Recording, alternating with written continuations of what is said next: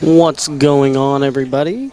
Zach Zager here with a B-side matchup at the WBCA Elite 10 Ball Singles. This is a B-side match. The loser of this will be sitting at 13th through 16th place. This is a race to 9, as you can see in our scoreboard here. We have Chad RAZWICK and Morgan Joe battling it out.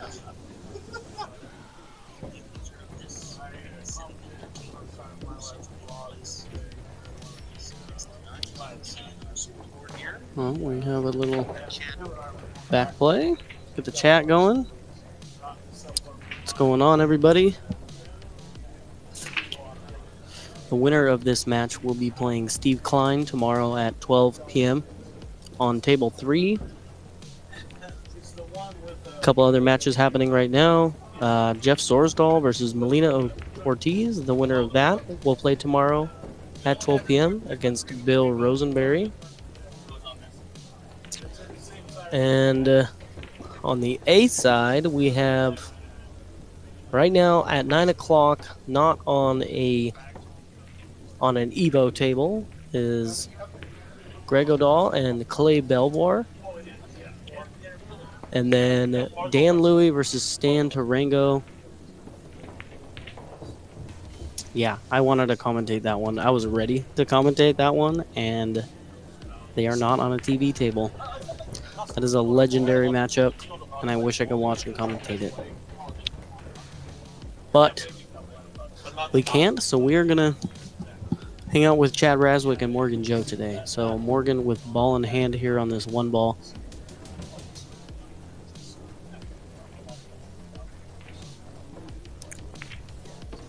I'm going to come behind this and kind of kiss up. Well, there's a 210 combo here, but you are risking a foul. That cue ball is very, very close to the 2. Well, what else do you have here? You need to play this with a little bit of yeah, they're going to get a ref here. That is a wise move from Chad RAZWICK.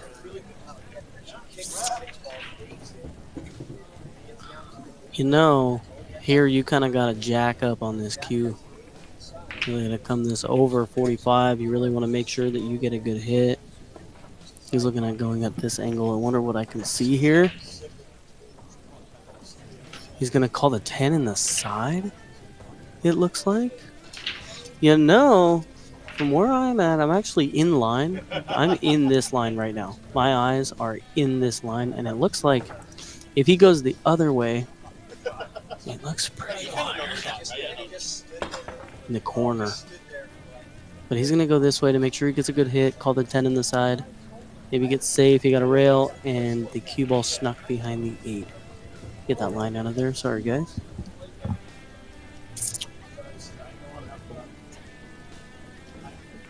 So an interesting first rack here. Chad RAZWICK is going to be able to kick at this 2 ball. Shouldn't be too difficult of a shot. I'm going to expect he calls the 2 in the side. But you want to hit this, because if you give up ball in hand here, that's a rack. Kind of did something with his hand there. Not sure where he called it. Maybe he called the 7 to keep the cue ball coming this direction instead of selling out a shot.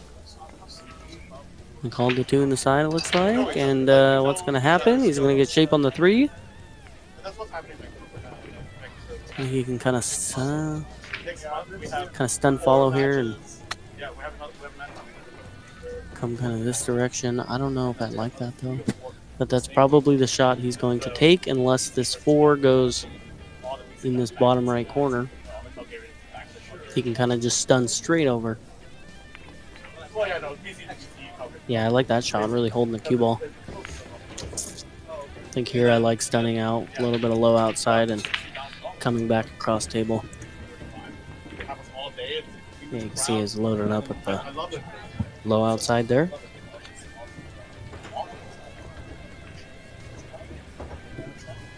Ooh, Dylan wants in. All right, we're going to get Dylan Helfenstein in this chat.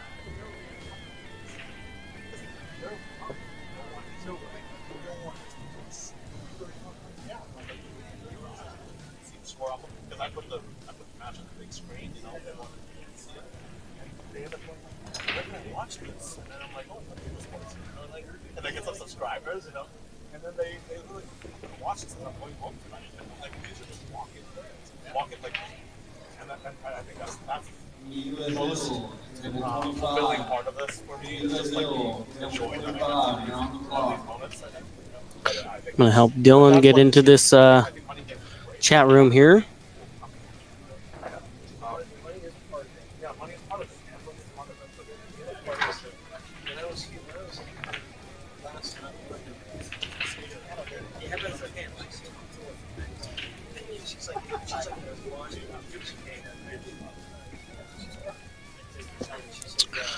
Man, I missed this out. But that's okay. We want Dylan in here. Dylan and Morgan are good buddies. Dylan looks excited to get in here. He's sent a please emoji and a heart hands emoji. So Chad RAZWICK here getting out is going to take this first rack. And we should be expecting Dylan Helfingstein to jump in here shortly.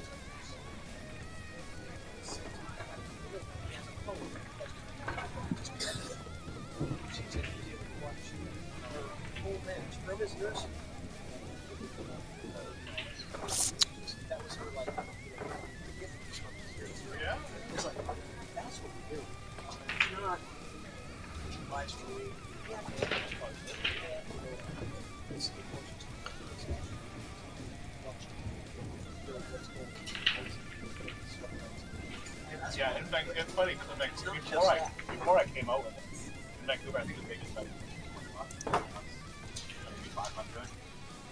And then when this came out, the money just went. I remember like one of the first screens I did was Simon Bickering against Tyler Eaton, two 700 level players. You're thinking about 2,000. I go, holy shit, man, 2,000. And now I just scoff at 2,000 because it's like it happens every week now because we have backers, because the backers can watch.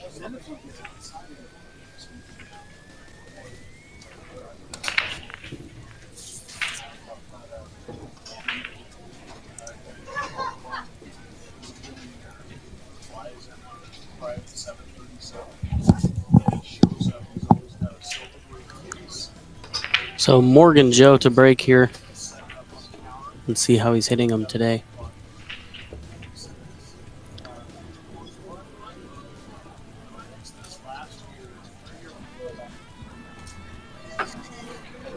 Yo, yo, yo. What's going on, Dylan? How are you? Can you hear me?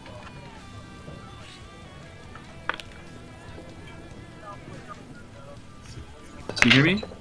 Yes, I can hear you. Can you hear me? Yeah, sorry, I had my mute on initially. Cool. I'm glad you can hear me, because if you can't hear me, nobody can hear me. And I've been talking, you know? Yeah, no, I could hear you on the. I was watching the stream too, so. So I was trying to help you out, and I missed the out, but Morgan played a safe and tried to call the 10 ball in the side pocket and got safe. And Chad kicked the 2 ball in and ran out. Chad kicked the 2 ball in and ran out, dude. Yeah, so I'd assume that he got out from there, but yeah, I was trying to help get you the link.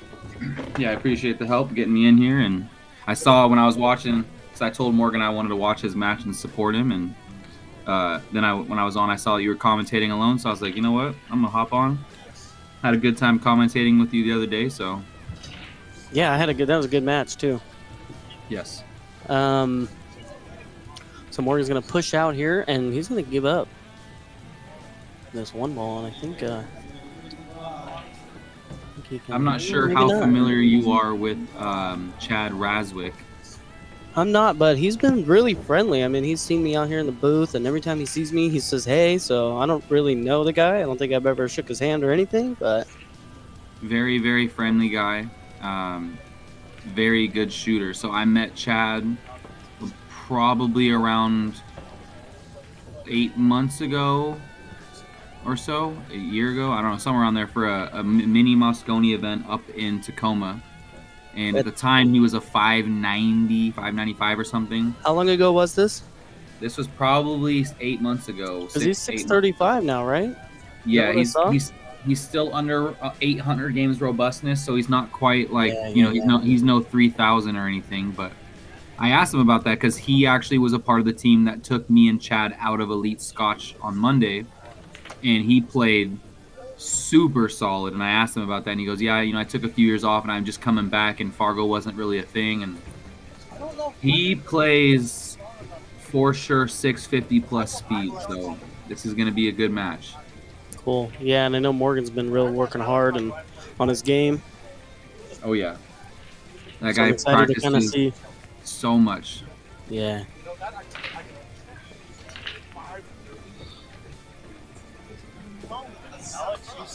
Look at that shot. That's gonna work, man.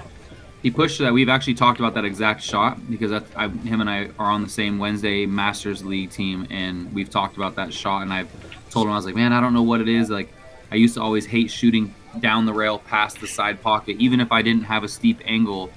But I was like, but if the object ball's past the side pocket, I don't care how steep the angle is. I love that shot, and I never understood why.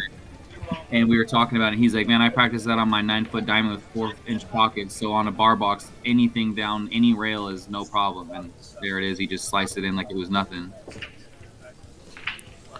Is this your I don't care how steep it is, I'm cutting it shot? No, not This this. is It's hard to pretty tell. steep. This looks dang near 92 degrees. But based on where the 6 is, I wouldn't. I would probably try to come down by the 6 ball. He's done a little soft there. I like on that shot. I like well, I was gonna say I like utilizing this bottom rail, but you really got to hit it good, and you got to watch out for that point. So I think that I used to where play he that was going safe. I like the safe that you said behind the 7. It's the easy safe.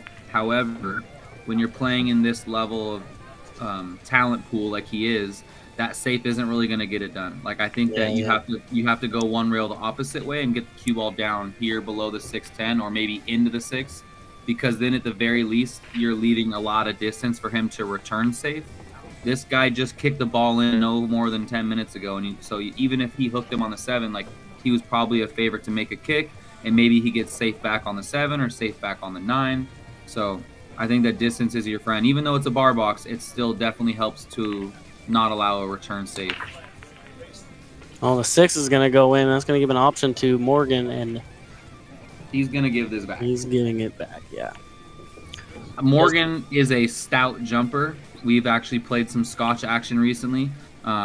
He reached out to me one day and was like, hey, there's some guys in town. Do you want to play with me? Like, they want to play big money. And I was like, let's do it.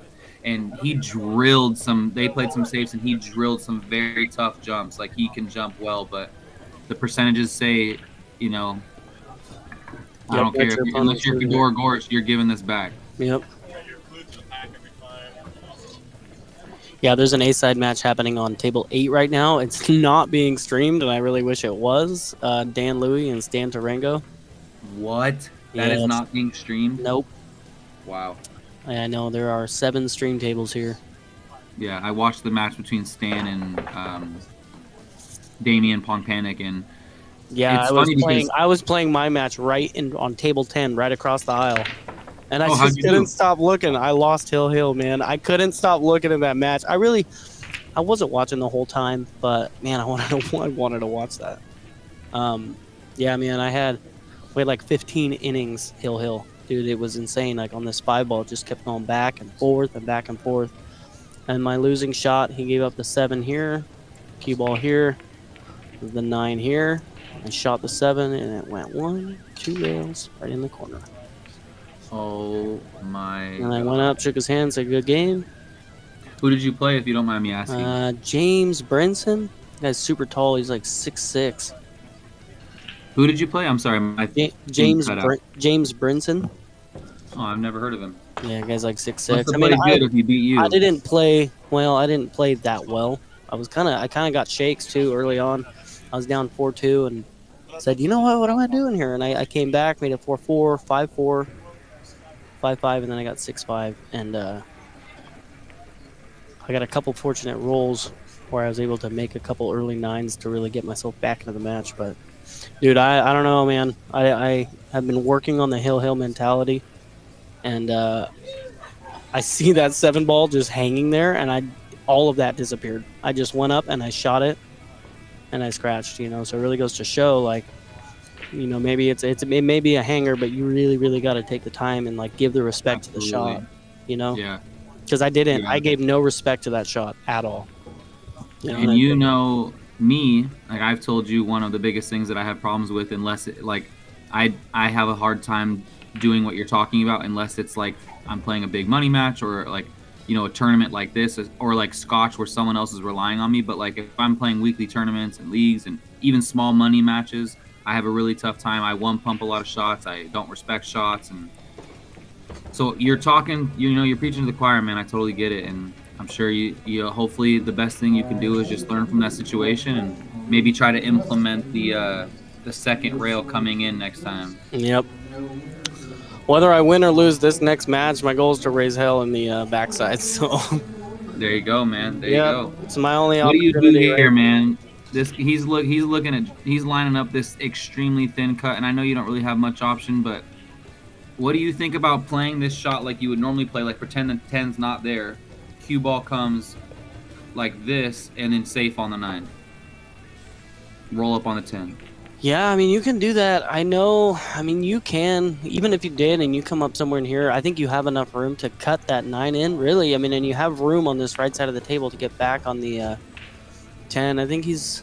Now he's got to play... Now he's come too far to play the cue ball like this and behind the 10, I think, because it's too... Yeah, he's going to run into the 10. I think he's going to have to play this 10 here. Yeah, that's what I'm saying. And he's too steep to play the 9 under the 10. Unless his speed is just absolutely perfect and he hides it. Like, oh, he's going for the safe. Yeah. That's what I said. He's got to hit the speed so well that he's gonna get. He's not gonna love what he gets back here. Yeah. I think I'm an experienced player. He's spinning off this ball. I think I'm hitting this left side of the cue ball and sending the cue ball down to the left side of the 9 ball, sending the cue ball down table. He's playing. I like this shot actually. He has enough of it to do this stop. He can throw the 9-2 rails and stop the cue ball right on the 10. This is gonna be even worse for Morgan because he's gonna be locked on this 10 ball.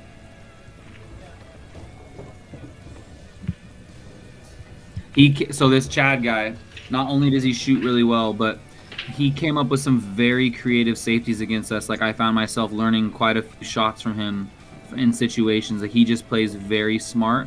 And there was a couple shots where like it was a safety I've never seen before, and he like played them pretty well. And I was just like, oh wow, you know, that was a really good shot. So that's why I said this match, because Morgan also plays very good safes, and Morgan also plays percentages really well. Like this is gonna be, you know, this isn't gonna be a run out session. Like these guys are gonna duke it out. And there's gonna be some innings.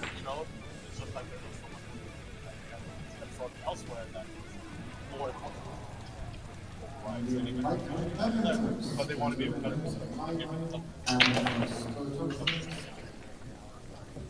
Have you looked at your schedule for tomorrow for your potential matches and seen if you're going to be able, like when you play? And I heard there's a dinner going on tomorrow night. Have you seen if you're going to be able to make it to that?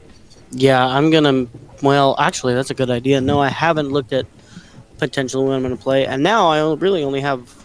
There's one option. If I win, then I'm gonna be playing at these times. So, right. So yeah, I'll take a peek at that. I know I play at 10:30 tonight. He almost made that. Wow. That's unfortunate. Morgan's gonna sell out a shot here, but Chad is on the rail. I mean, I know. Let me stop you right there. Hill yesterday, I pushed out after being hooked on the break on the rail. So that was the Chad one ball was that much shot. tougher, and he drilled it like it was his job. Yeah, your cue ball was here, right? Yep, and the one ball was like here, and he pumped that bad boy in there. So I'm not saying he can't miss, but I'm not betting against him in this situation. Yeah, that looked nice. He hit a little baby, but again, I've seen this guy miss one ball in the 20-something games I've seen him play, and it was the 9 ball when we were on the hill, and he left it in an unfavorable position, and I could not capitalize. So I'm not betting on this guy to miss just about anything, to be honest.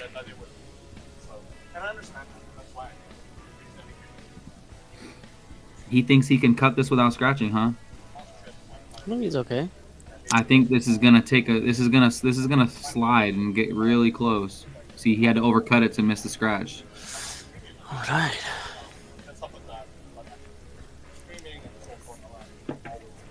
Yeah, I'm gonna have to jump off of here about 10 10, 15, 10, 20, about an hour. And go get a little warmed up for my match. I'm not going to warm up too much, though. I'm just going to kind of take the time you need, man. You wait. Yeah. You wait all year for these two events. It's your first singles event. You're one of the strongest players in the field probably in your division. So you definitely want to take your time, get warmed up, do whatever mental things you need to do. I mean, with tournaments, like I don't normally warm up. I kind of just go, maybe hit some balls. No, I don't know. 5-10 minutes, and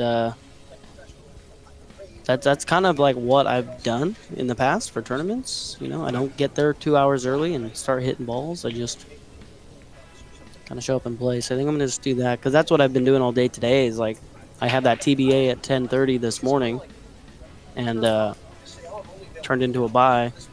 And just kind of had all day, so I started practicing. Doing all this stuff, getting ready, and yeah, I think I expected too much of myself during the match. Yeah, Sean, at this level, and in this tournament, you just have him shoot it. I'm pretty sure and if you didn't know, I don't really practice very much. Like I don't have a table at home, and I don't really have the patience or desire to like go somewhere and just do drills or just practice. Like I just like playing tournaments and things like that, playing money games.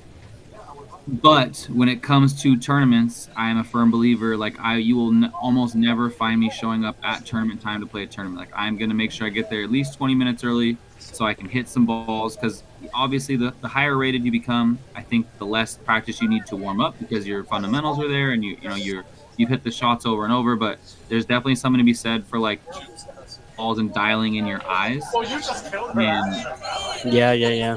Like, because that's a big thing. Like like. Just making sure you're seeing the cuts correctly and what have you. So, what's it sound like for you in the background? Can you hear all that? Oh yeah, it's loud, huh? Yeah, but it's okay. I mean, I'm sure as long as the spectators, I don't have the. I should pull up the chat because I want to be able to see the comments. I'm gonna pull up the video. Well, we've got 3 so far. 3 people or 3 comments? 3 comments. We got 24. I was gonna say 3 people. That's just not yeah. Okay. I've shared this match to a couple pages, to my page. So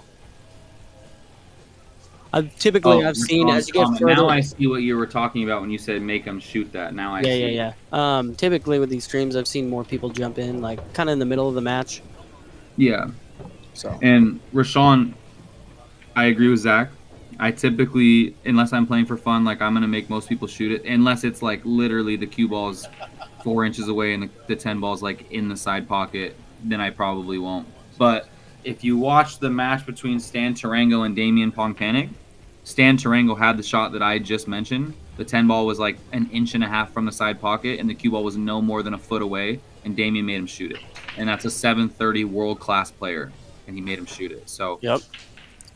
Let that just kind of be a whatever you take from that is up to you, but yeah. And one thing too, like I've been working on that too. I've been working on just making people shoot it, just to get in the habit of making people shoot it. And I didn't. When I scratched on that 9 ball hill, I didn't make him shoot it. I said good game, and I wish I would have, because I've been working on that and really trying to just make people shoot the ball. Yeah, I think it's become 100 out of 100 times he's gonna make that shot. Maybe 99, like right. Well, I would say 99 out of 100 times he's gonna make that shot. Yeah. I mean, it should be 100 for a gold level player, right? Obviously, if it's ball in hand, they're probably not gonna try to draw or do miscue. Yeah, like right. I get what you mean, and it's funny because I feel like I myself was kind of like unintentionally brainwashed into thinking like you're supposed to give good players like that, you don't have to make them shoot things. And like I said, if I'm playing for fun or I'm playing a buddy in a cheap set, like I'm not gonna. But this is the regional tournament. Like you shoot every ball. I was playing Glenn Atwell in a tournament at Jammers, and he gets straight in on the 8, and he turns and he looks at me and he goes, "You're gonna make me shoot that?" And I said, "Yes." And he said, "Okay," and he shoots it, and whatever he thought of that, I don't know. I probably never will, but. Yeah, not that I don't respect his game, because Glenn Atwell is a monster. Right.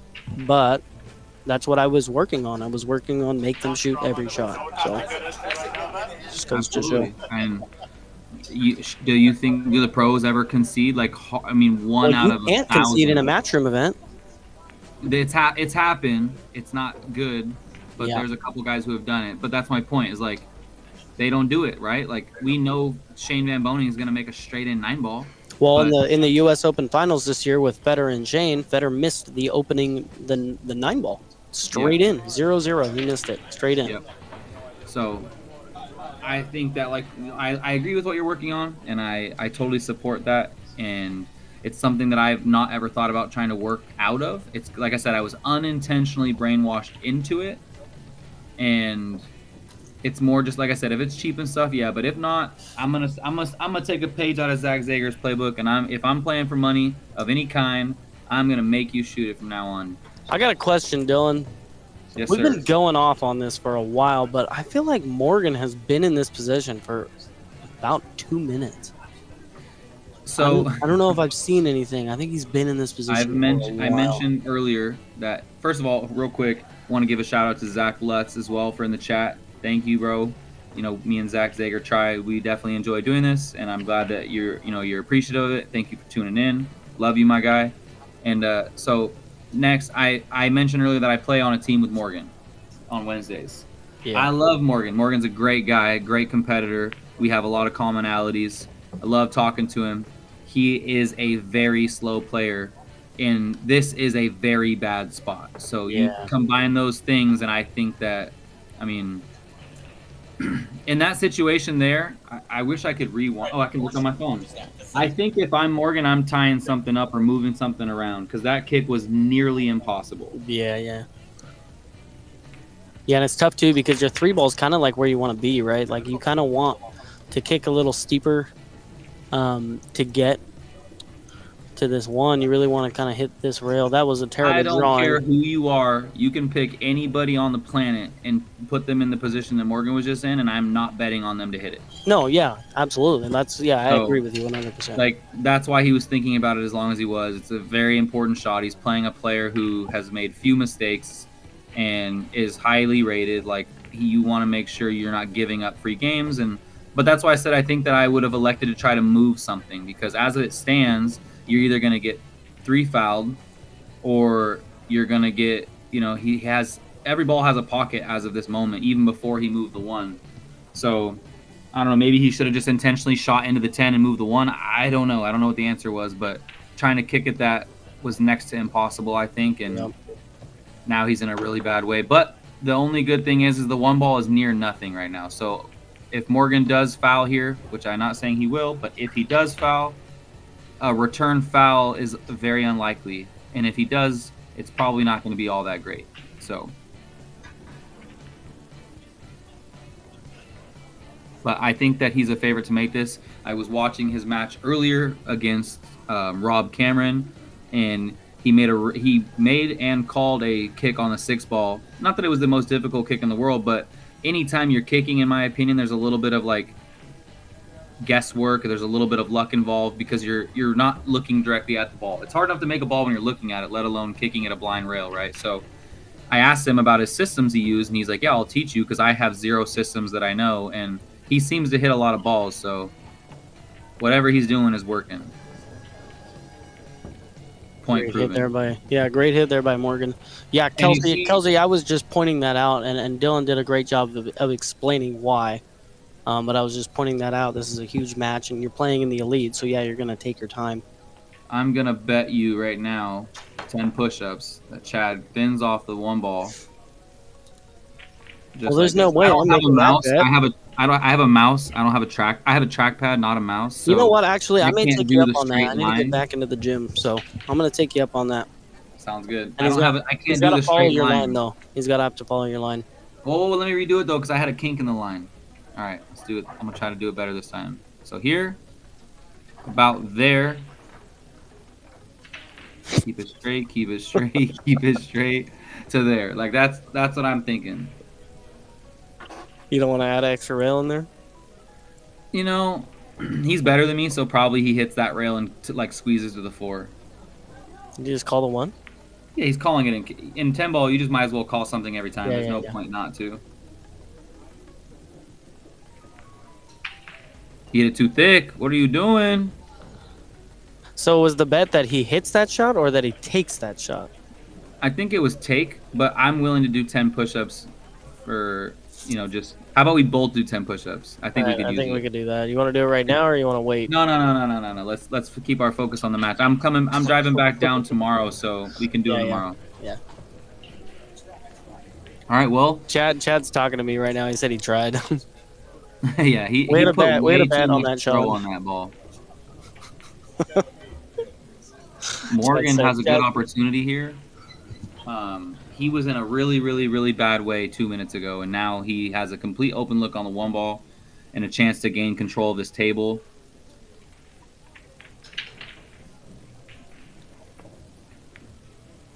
Yeah, I like that shot, and that's almost what I was going to recommend. The only thing that I don't like is that in order to get the cue ball where he got it, which was literally perfect, you have to hit the one ball so thick because you're coming across the blinds, or you're coming across the face of the one.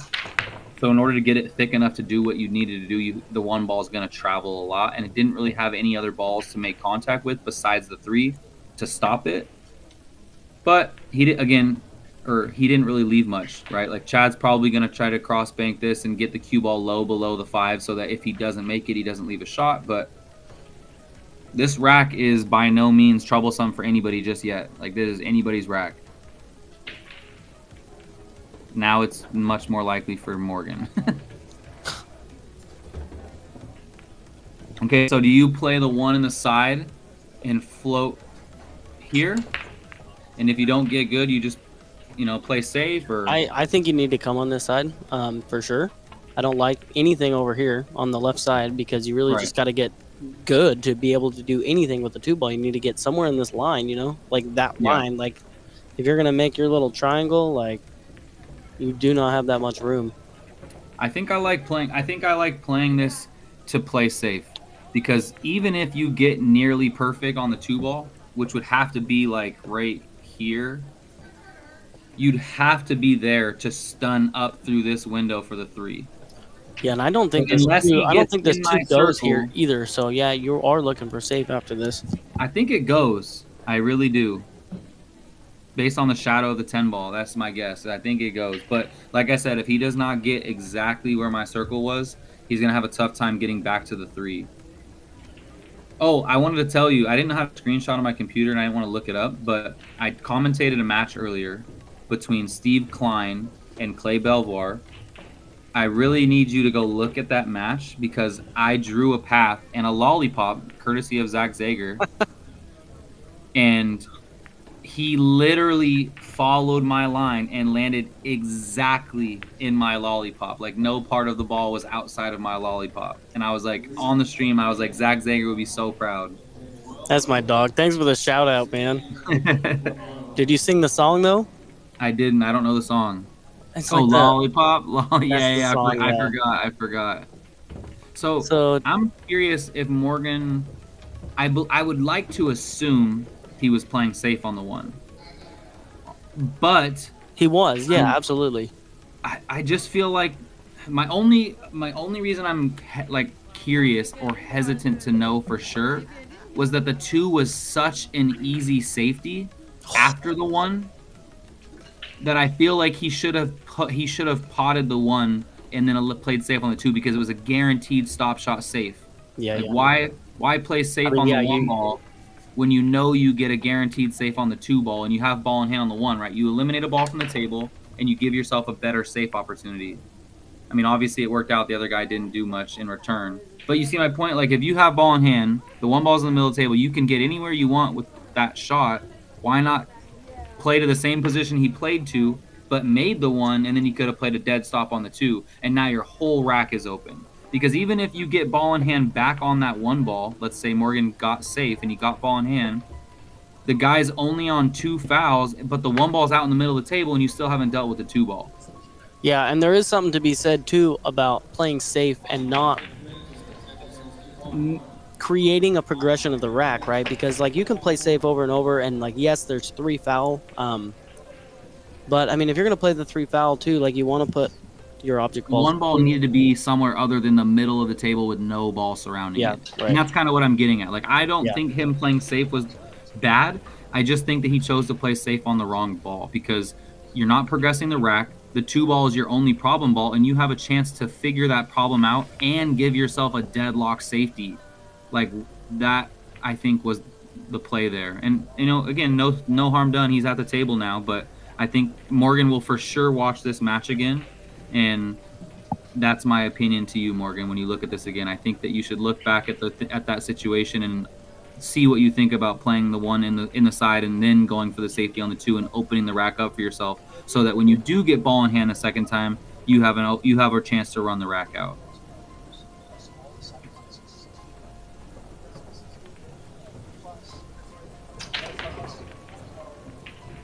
I think he's going to try to come play thick off the 2 right here.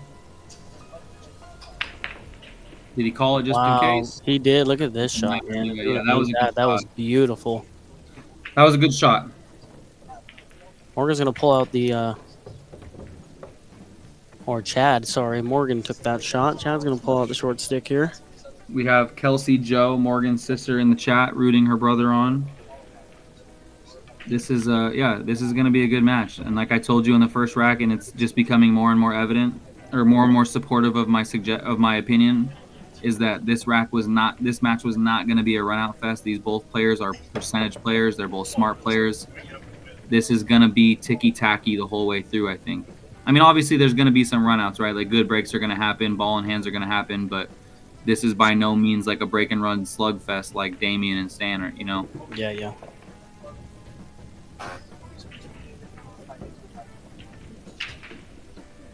Only if you draw the last 9.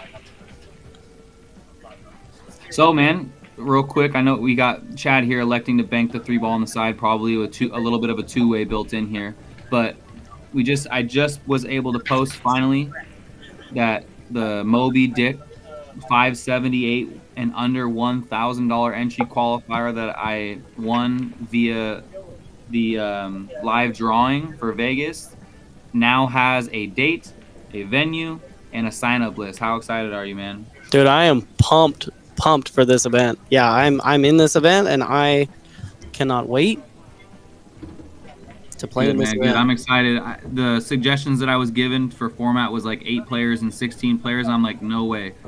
I was like, I'd rather lower the entry fee and get more players in here, because I know for a fact I can name more than 16 players right now that would want to play in this event and feel they have a chance in this event, and I want to give more players the opportunity to play. So yeah, no, I like that, and I like what you did too with the lower entry. And if it doesn't fill up that much, then you raise the entry and you just make that known. And that's that post. It took me oh no. He definitely expected to make that ball. Shape was not going to be the best, but I can guarantee you he'd much rather be at the table right now than not. But yeah, so basically I try to be really, really, really careful and really diligent on the way that I worded the post, because ultimately the only goal for this tournament is to send one person to Vegas with their full entry, and I wanted to make sure side spots would be covered. $1,600. They don't always do that. I want to make sure that, so if for whatever reason I don't get enough people to pay out like the second, third, and fourth place spots like I want to, then guess what? I'm gonna raise the entry fee.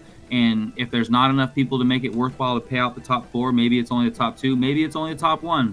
But I mean, ultimately, that is the goal: is to get that one player a chance in Vegas to, make some serious money. I just did some math here. If that tournament fills with 64 players, which it will, there will be, including side pots, $102,400. Yeah, first place will roughly be around $40,000 based on past events, and that is not life-changing. Oh, here we go. Here's Morgan's next opportunity. Wow. That's not life-changing money, but that is, like if you're a pool player and you're competitive, like that can be life-changing money for somebody. I mean, it's right in the right circumstances, right? Like maybe it frees up some debt, maybe it helps them get a house, maybe an extra diamond table, who knows? But I'm excited. I'm excited to be hosting the tournament. I partnered with Legends and Michelle Bean. Thank you so much for allowing me to do it. Partnered with her to find what available weekends we would have. I had to coordinate I have a pretty busy schedule this October and November. I'm going to be in Puerto Rico next month, and then there's obviously holidays. I tried to find the date that best worked for myself, Legends, and hopefully people's schedules, because I didn't want to do it over Thanksgiving weekend or Christmas weekend. So I hope that we can get enough people to come and fill that thing up.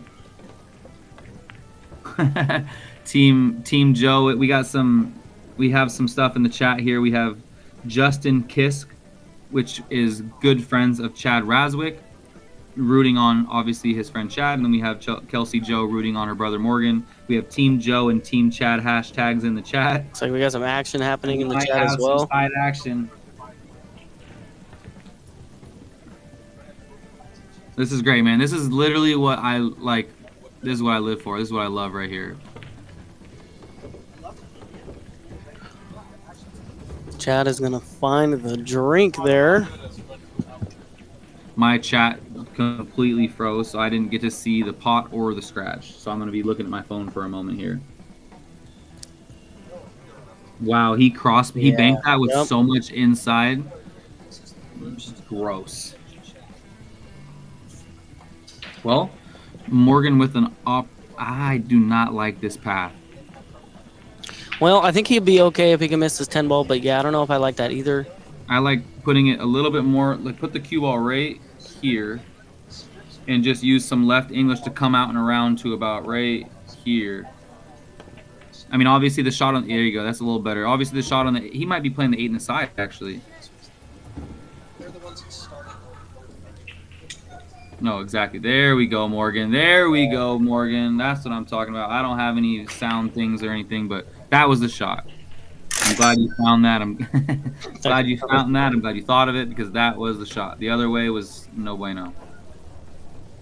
So not sure what kind of an angle Morgan has here. He's loading. He's just going to draw straight back. back. Yep. Show us a stroke. Clean follow through. Holy moly. That is Lord, way that too side risky pocket, for my but he's able to just kind of roll this 9 ball in. I do not like drawing back to that rail right there. He came within 1 inch of scratching, and that's too risky for me. We both know I'm way too sissy for that. I'm just going to draw a little bit and take a steeper cut. But regardless, nice out, Morgan. I believe first lead of the game. Yeah, this is the First lead of the match. I apologize. Kelsey in the chat's cracking me up right now. Love it. That might be the only other person in the state of Oregon that likes action more than I do. Yeah, dude, I just agree 100%. Loves action. Saw her in Vegas, and I was playing this. I think were you there for the APA? No, I don't know if you were there. No, bro. I'm a 6 in APA, bro. Come on. I forgot who it was. I forgot the guy's name that I played, but yeah, no, she's all about the action. Yeah. There is they say walk the walk and talk the talk, and she is not all talk. That is for sure. All right, calm down, Kelsey. Jeez, you got the action. Let's keep it cordial here. Stir in the pot.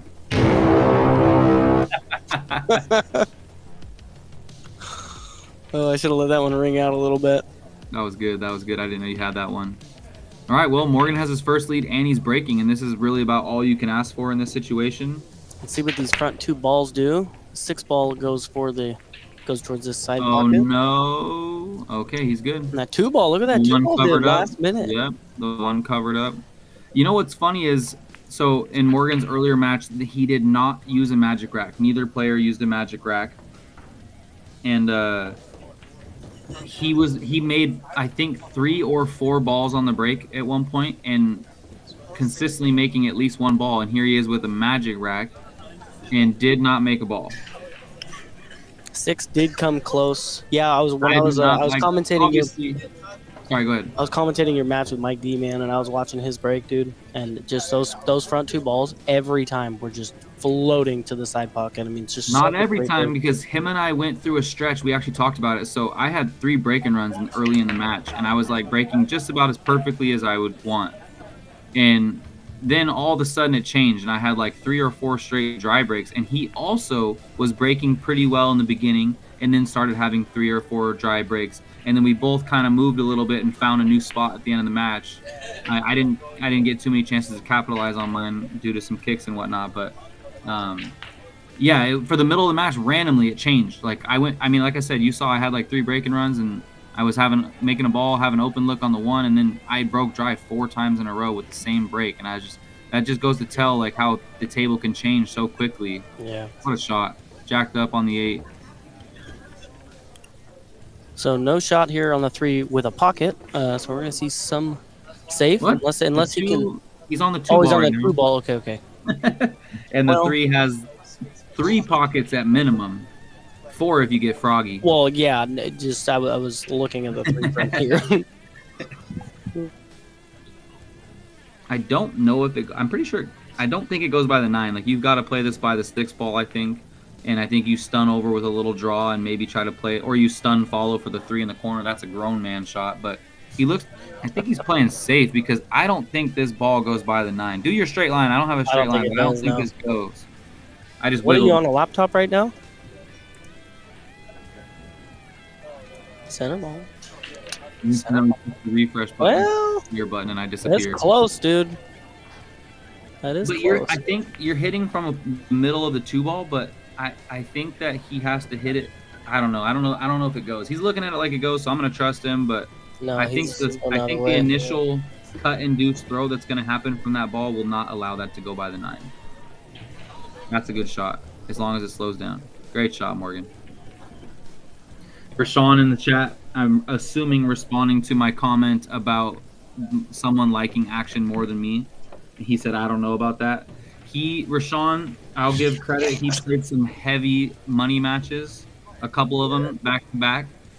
But that's all I've seen from you, So I don't know, until you dude. have- When he played Anthony, man, he was all about the action. Oh, I'm not saying he doesn't enjoy it, but enjoying it and doing it for a continued amount of time are different in my mind. And Yeah, I've got yeah, a couple years on you, buddy, of playing anything and everything. So, well, I see a 2-10 combo coming in the near future. Zach, yeah, I don't know if he overstroked his Zach to the rail or if he was trying to do that, but I feel like it was a little bit unnecessary if he was trying to, because you're involving what could potentially be a scratch if you're off by half an inch on your draw stroke. All just to get straight in on the 9 ball, and he's way too good of a player. He does not need to get straight in. So I'm curious if that was on purpose or he just he was amped up with a chance to run out and overstroked it a little bit. Who knows?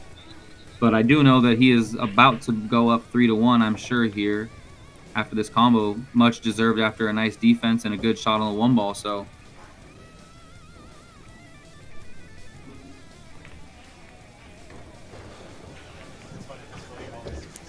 So Morgan Joe here with a 3-1 lead. Yes, sir. Trying to break. I'm gonna go get a beverage real quick, Dylan, but entertain the chat while I'm gone. Yes, I will try. I'll make sure to turn my camera on. And no, I'm just kidding. Well, 3-1. I That'd believe. be cool if we could do like a little video chat feature here, and we can just kind of hang out. I know there's a stream that does that. They kind of have a video of them in the booth. That'd be cool. I think you have to click a button that says I'm 18 years or older before you watch that one.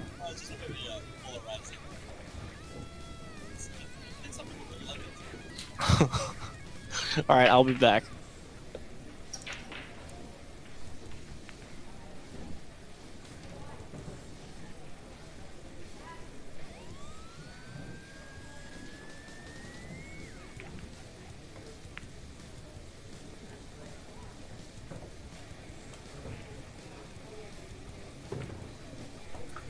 So I also stepped away to get a drink, but it looks like here we go. We have I believe was that Chad breaking? Yeah, the pants are way too loose to be Morgan. That has to be Chad. And he did make a ball, but he appears to be snookered behind the 4 ball. Based on the last jump attempt, I would assume he's probably not going to jump this with an available push out. However, this push out is not going to be fun because he doesn't really have much access to get the cue ball anywhere down on this side of the table. So, and the 1 goes from just about anywhere up here. And you definitely do not want to push to an available open shot with a table this open, especially to somebody that you're down 3-1. So I'm very curious how he decides to handle this. I would assume the cue ball somewhere right in here. All right, I am back. I believe that's where he's going to leave this cue ball in this push out, because you're going to leave a shot, but it's not an easy shot. And playing position for the 2 after that is going to be tough, because I don't believe the 2 passes the 9.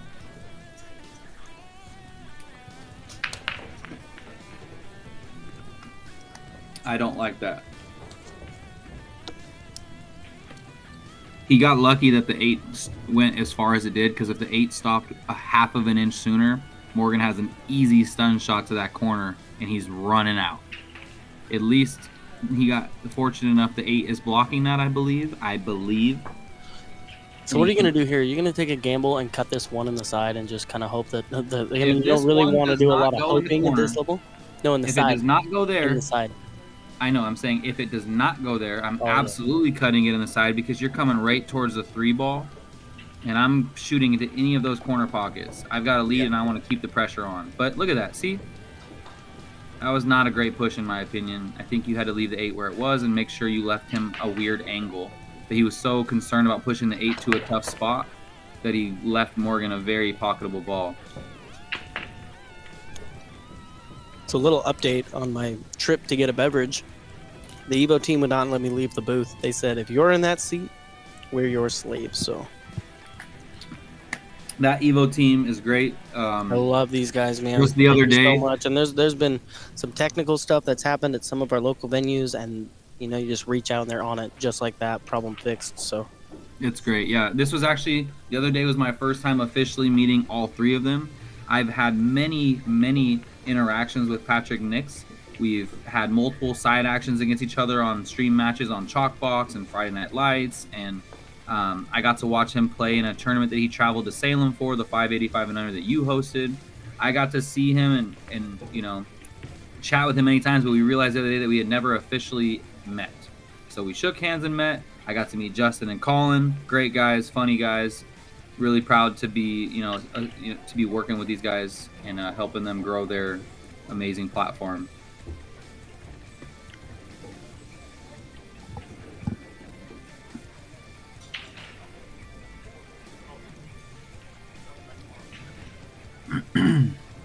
Oh, missed the whole ball. He's feeling it right now. Chat, I'm going to tell you right now that Morgan has this man feeling the pressure. And I think that we're probably 45 seconds, well, Morgan's shooting, maybe 2 minutes away from a potential 4-1 lead.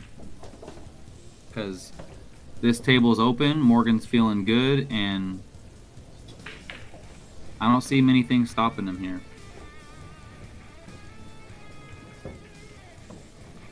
How do you play this shot right here, Zach, if you have the ball in hand? well, Do you put the cue ball? I kind of want the cue ball somewhere. I kind of want the cue ball somewhere over for the 3 ball. I kind of want it somewhere, well, not that steep. I kind of want it somewhere in this area if I can get it there, so I can just naturally come one Right, rail. which is why you see him, because he doesn't really have a natural path to that unless he goes like cue ball here and goes like in. Yeah, he's like gonna that. have to. Yeah, and I don't really like that shot. But I don't here like with that ball in either. hand. It's Yeah, really easy to I come like too the position low. there with the 3, but getting there is somewhat difficult. Perfect. But he just drew right into it, so I wish I would Perfect. have left my mouse was It right was when that right cue ball there. landed. So 100%. I yeah, agree. That so was I like this exactly and where you pointed. come up and hit this rail with just a touch of spin, not too much. Those shots right there that he just hit, honestly, in my opinion, are some of the hardest shots in pool. Those little Oh, like yeah. 6 to 12 inch draw shots. Yeah. I'm either stopping it or drawing it 4 feet. Yeah, and see, I think I hit the rail a little higher, and I mentioned a little bit of spin. It just gets you just a little better of an angle, but he should be just fine from here. He did use some spin if you see how it pulled off that rail. He just Yeah. let it roll. He floated it instead of like stunning it, which I think actually, I don't know that he could have stunned it because he would have had to input a little bit more speed. So I really think he got about as much out of it as he should or could have. And this is not like, this is just a center ball shot right here. Like, And I really like how he played this shot. He's going to end up okay here, and he ran into the 6, but I like that he used that speed to come 2 rails for shape on the 6 rather than just try to hold the 4 and roll the cue ball here. You do not want to do that. So it's funny because So he had the right idea. He needed to obviously have like a touch of inside to avoid hitting a 6 or coming across his line. However, it's funny because I was gonna say I actually like slow roll. I prefer slow rolling most times unless I can. Yeah, I don't like slow rolling. But I have dogged that ball so many times trying to slow roll it that I think that I agree. Like rolling that 2 rails is probably the best way to play that. Oh my God! Monster. Wow! All right, Morgan, I see you out here.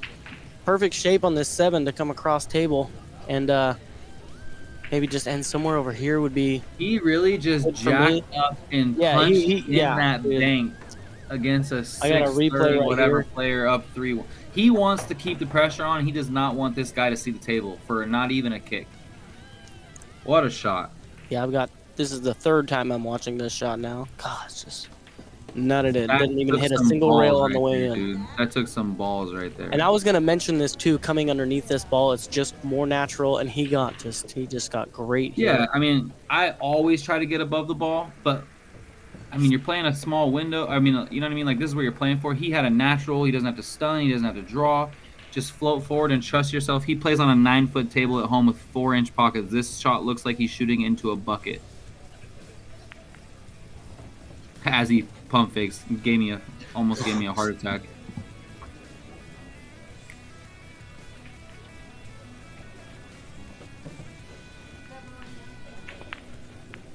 Oh no. Yeah, that's that one. I think he's gonna pay for that one. He had a little bit of movement. I like how he resettled. Something bothered him. Something was uncomfortable while he was down on the shot. So I like that he stood up and reset. I think he just tried to get a little bit too much out of that 8-ball. Like, look where that cue ball was. He did not need to get that much out of it. Look how this is gonna land. Very interesting shot. Wow. What in tarnation was that? You like that? I heard that laugh. Yeah. It's like I think that's like an old character on Cartoon Network. I don't know what it is, man, but that reminds me of SpongeBob. He's banking this ball. Well, yeah, of course. Yeah. You don't have a near rail to go float underneath the 10-ball 1 rail. You could try to stun it, but then the 9-ball is going to go forever. So like, just hammer this in the side. 7 rails for shape on the 10. Just it'll float just like that at the end. He's cutting his ball. That was a joke, but also kind of not. He's cutting his ball on the side. He was attempting to, at least. Oh, that's a nice little thing there. Well, so here I'm hitting this. See how that ended up, but that was all due to a less than ideal shot on the 8-ball. He's better than that, and he deserves this roll. I'm sorry to say. Yeah, I think I'm hitting this pretty full. A little 2 bit rails. Inside. Yeah. Oh yeah, all day. Maybe even 3. Okay, relax. No, just wait. No, but I think just wait and watch. I didn't curse him, Rashawn. That guy's way too strong. 10 more push-ups on 3 rails. How about that? No, Morgan's strong. He's gonna accidentally hit the 3rd rail. Well, that's what I'm trying to say. I'm just not saying, but he might not mean to. He's look at him, bro. Well, He's yeah. 1. Not getting the 3rd rail. 2. He No didn't chance. take the bet. He didn't take the bet, so I only have to do 10 push-ups. I'm right. That's what matters. No, but actually, I really like what you said because 4-1 lead here for Morgan, first of all. And a break. Morgan's breaking too. I have a known reputation from, if you ask anybody who's ever played Scotch with me, you can ask Michael Cho, Karen Ronning, Martin Chavez, anybody you want. I am always going to leave you on the rail for your money ball. Whatever reason, when I play shape, like it's pretty good, but it's always on the rail. And I think so like your mindset of the 3rd rail will prevent me from doing that. If I think to hit the 3rd rail, it's unlikely that I'm going to come all the way off the 3rd rail and leave no shot, but it's at least going to help get me off of it. Because when you think about 2-rail shape, I think your muscle memory kind of takes over and you just like flow into that 2nd rail and lay on it. So I'm going to have to think about that next time. We got Chad going with the old icing the kicker tactic right here. He's like, man, I got to slow this guy down. I have come with multiple mistakes. And Morgan is playing too good. I need to take a break, get some water, splash my face.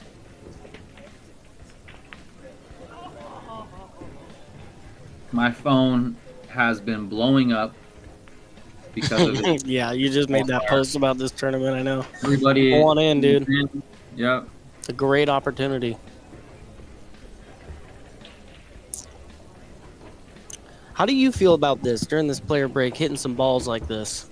I don't know if that's allowed, and I didn't want to say anything because it's not my place. But now that you mentioned it, when he threw some balls out, I was very curious because I don't know. I mean, I've never heard it being a rule. Well, not necessarily think the it's a rule, rule, not but I necessarily don't the know. rule, but how you're playing right now, man. I mean, He had a little bit more angle than that. There you go, bud. oh, we put it back. I actually just got a message from someone that's watching the stream that asked about not being able to practice mid-match. So Yeah, it's definitely a thing. I don't know that you're able to. I can tell you one thing's for sure: Chad will not say anything anyway. Like, he's just way too nice of a guy. He's such a nice guy. But I can assure you, Justin Kisk, if you're still in the chat, don't murder me for this. But if you're playing Jack Kisk and you do this, you will for sure hear about it. I'm gonna go on mute here for a second. I got a drink. Yeah.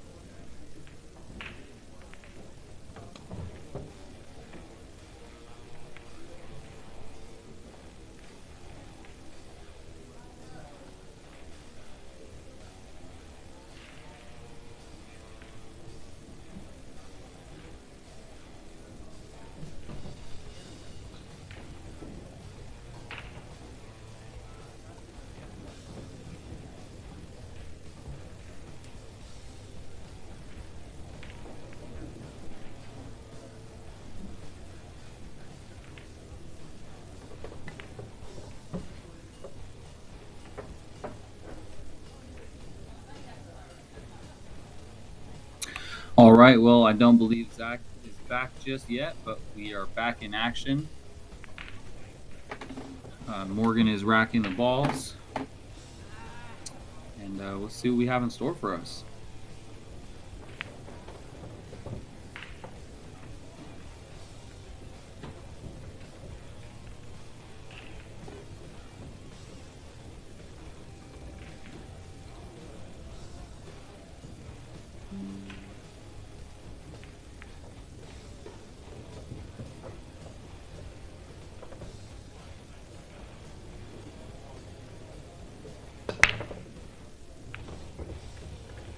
All right, well, there's the break. I don't think he's going to like this, though. Oh, he's practicing. Oh, okay, never mind. I guess Chad is not back.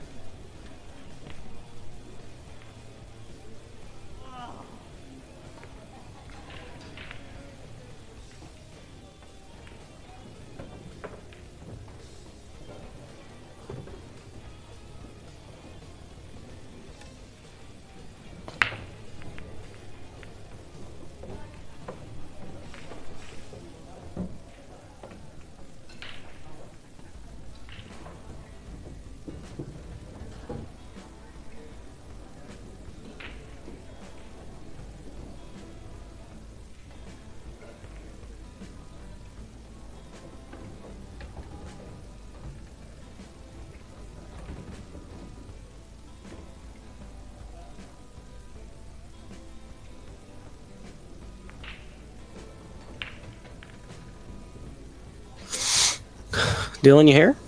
Yes, sir. Are they back to playing, or is he still practicing? Well, no, I think they're still practicing. Yep. Yeah, I went to the restroom and Chad was walking down the hall when I came back towards the restroom, so.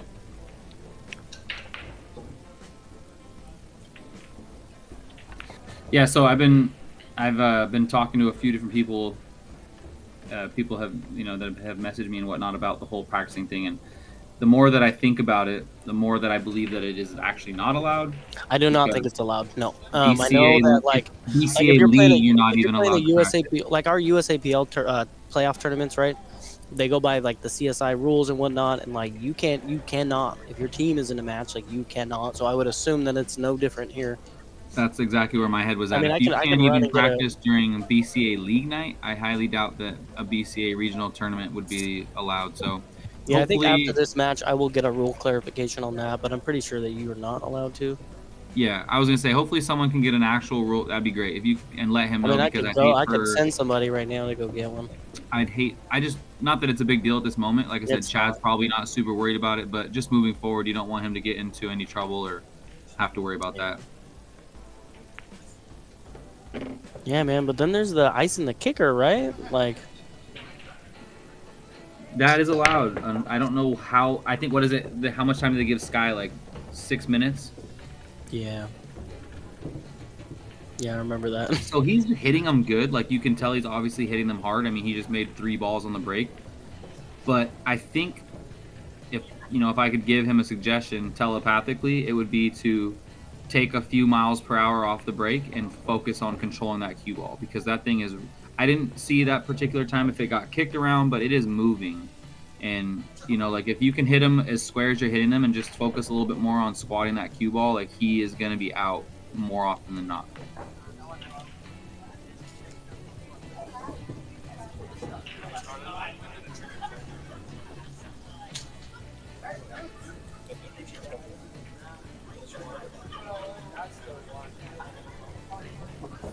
Yep, I set an alarm for 13 minutes. That's about the amount of time I got left on this stream. I gotta go give myself like 10-15 minutes to warm up for my match.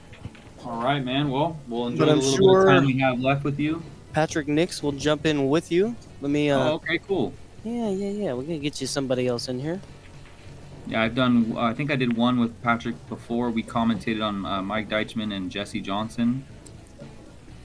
And that's the only one that I've had the opportunity to do with him so far. That's not. I don't like that shot.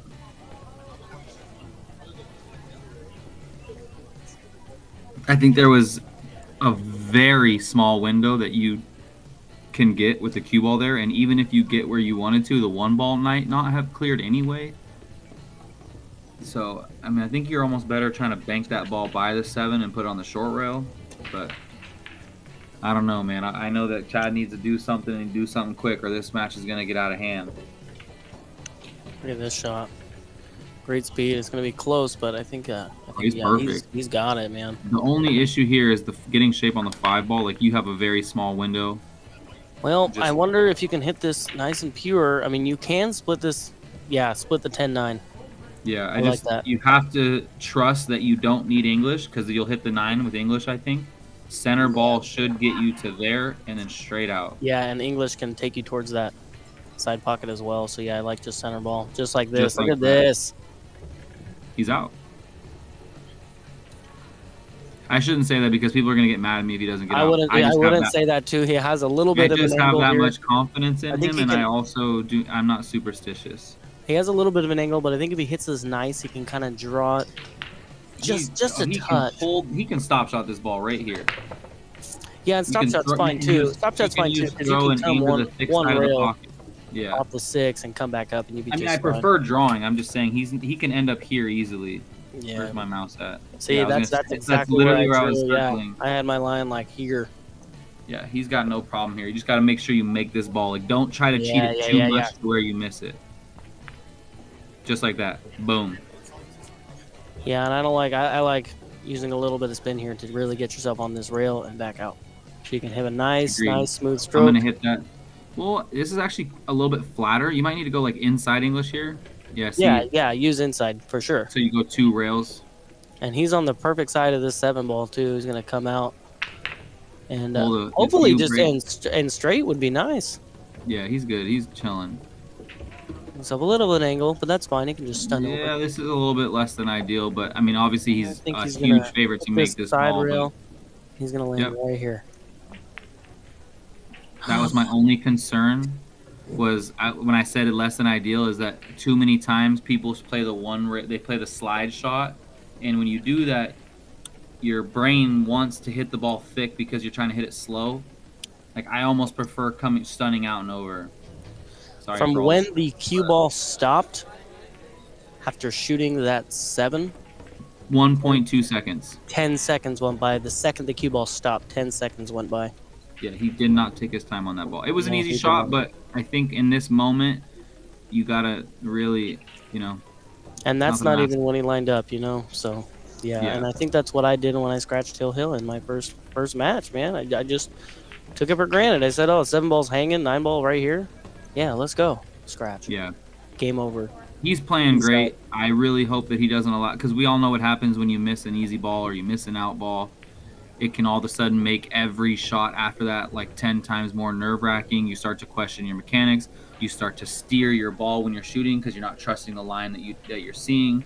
So I really hope that that's not the case, because he's playing really, really good pool right now, and I would love to see him continue to keep it up.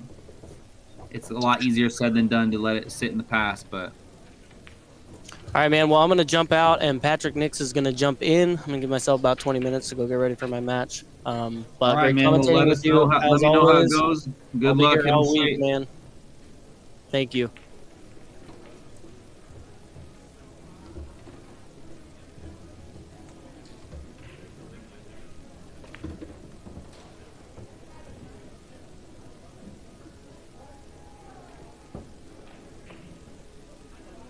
All right, well, an opportunity missed there for Morgan to extend his lead, but he still has a 2-game lead, and we've got a match. 4-2, Chad's breaking. This break, I believe Chad has been hooked the last break, maybe the last 2. Curious to see. Oh, he put a lot into that break. A lot of body movement, did not hit the 1 full. That was a fortunate break. Did not hit that as well as he would have liked.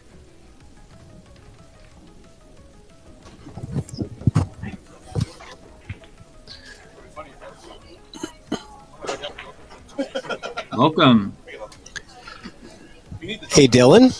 Patrick Nix. How you doing, sir? I'm doing very well. I was listening to the commentary. You guys are doing a great job, and what a great match. Morgan Yes. Joe and Chad RAZWICK. Yes, no, it's been entertaining. It's been filled with everything you love as a pool player. We've had we've had pushes, we've had great safety battles, we've had great banks, we've had everything you could ask for. So Yeah, I mean, and I've Morgan Joe has become one of my favorite, newer players to watch. I just became aware of him, really in the last year, and had him out on Chalkbox. You were actually going to be playing that match, and decided to. You weren't able to make it, and he subbed in, and I was just so impressed with his game. And here he is, stepping up big time into the elite. And look at this jump shot. Here we go.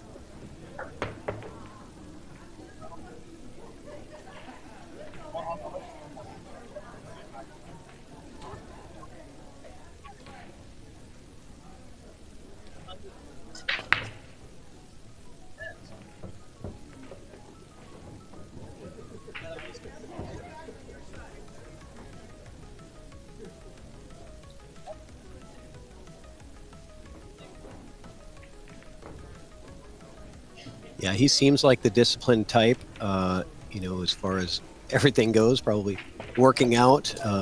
He's also, isn't he, like a fighter? Like, I don't know.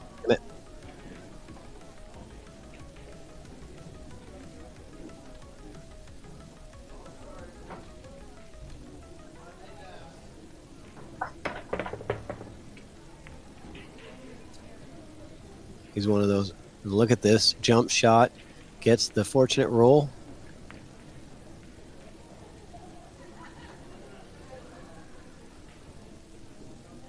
Yep.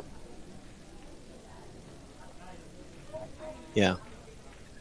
They both got jump shots, and the thing about the jump shot is if you're successful and you get good contact, you have an opportunity to hide the ball.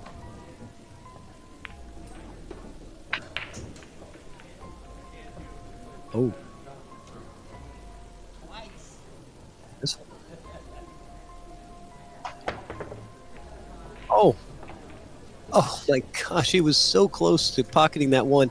That little jump shot there was very tough because the ball was very close to the blocking ball was very close to the cue ball. He had to get up and over really quick and back down and almost makes that one ball.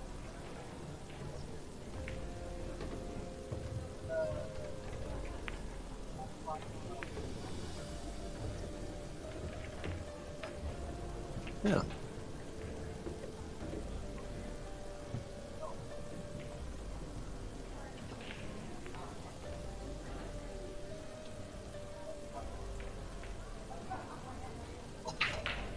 Yeah, and I would actually put Chad in that category as well. Chad has a 9-foot diamond at home, a beautiful setup, and gets, I think, quite a bit of practice time in on that table as well. So this is a very good matchup.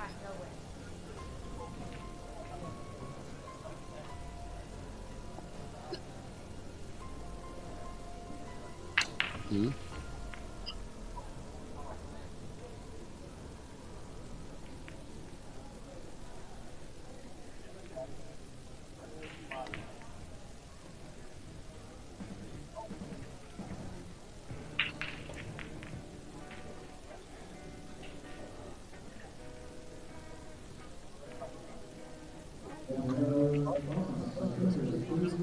Yeah, both of these players have a 9-foot diamond at home.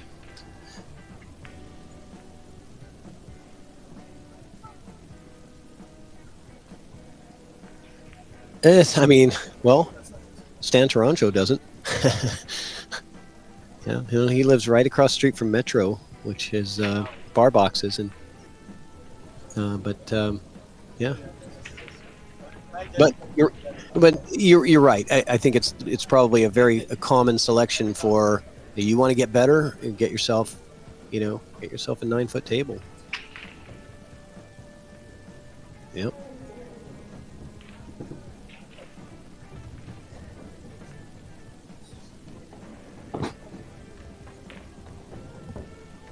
Really?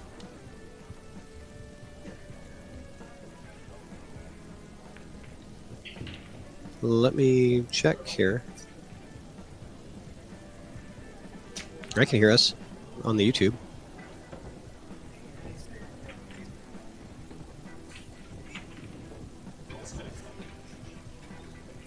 I can't hear you. So maybe you need to refresh. Okay.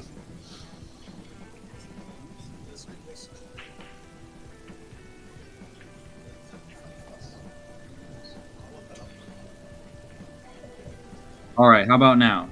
All right, in about 20 seconds, I'll know.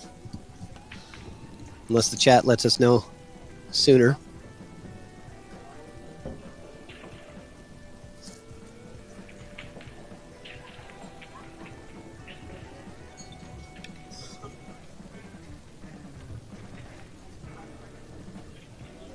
Okay, I think we're good, Dylan.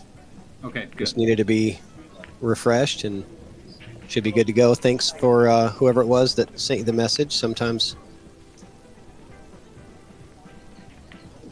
Yeah, thank you, Zach, for letting me know. I appreciate it. Don't know how long that was going on. We were having some good talks there, and yeah, it might have been when I came in. I'm not sure. That's okay. Well, here we are in the Slugfest. We were just talking about how basically, to sum up the last 5 minutes or so, is these guys are both good players. They're very disciplined in most aspects of life, and if you want to get better at pool, get a 9-foot diamond.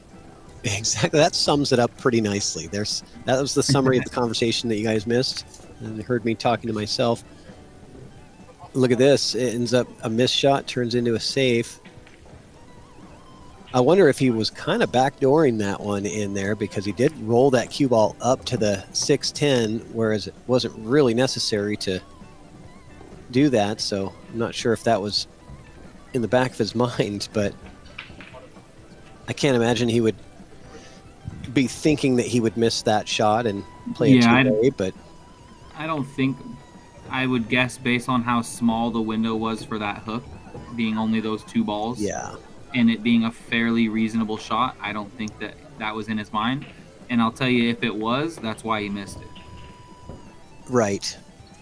But a good opportunity for Morgan for Absolutely. the kick shot here. It's just got to get in real close when they're in the inside the jaws. He was playing jaws. for shape, and that's why he missed that kick. Yeah, but the 5 ball is not accessible to either of the bottom corners, I don't think. It doesn't pass the 7, and so he's got to either get to the other side of the 5 or combo it in.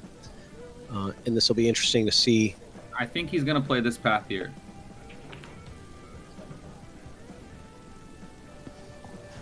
I like it.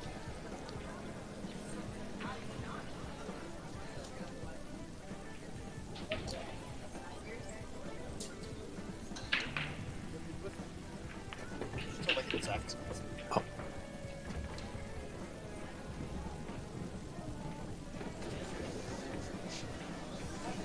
Yeah, so now a little bit of a challenge, but this is probably, I mean, ideally you want to see the bottom of this cue ball so you can play a good safety here, I think, right? And use the 8, but being that the 9 is hampering his cueing position, I'm not sure that's really available. Oh, he can see the bottom of the ball. It doesn't look like he's playing that safe. He's getting under the 7. This might work out. Dylan, are you still there? Oh, I guess we lost Dylan. He'll be back in a second, I think. Hello? Yep, I hear you now. Yeah, there we go. I'm having the struggle bus over here with the audio, I think, so. Yeah, sorry about that. Couple restarts we got. No, it's okay. It could be my internet. I have no idea. Yeah. Technology's great until it's not. Exactly. But thank you very much also for commentating from home. Really appreciate that. I will be back tomorrow. So I originally was not coming back until Thursday, but I just can't stay away that long. So I have a job that allows that I have like appointments with customers for sales, and I didn't have any appointments on my calendar for tomorrow. So I told my boss, I was like, hey, I'm going to miss the morning meeting on Thursday because I'm heading down a day early. So okay. I will be back tomorrow, and I would imagine that I'll probably be able to do some more commentary because I assume they're going to be using most of the tables for a majority of the day. Yeah, tomorrow will be, a lot of matches going on. We'll be getting down to the wire, and then I think Thursday we'll be seeing the finals. How are you? So I know you're playing singles, correct, Patrick? Singles, platinum or gold? I was. You're in platinum, right? I was. Oh, you were? Well, that was gonna be my next question. Yeah, no, didn't work out. Well, do you feel like you played well, or no? Oh, no, it did not play well.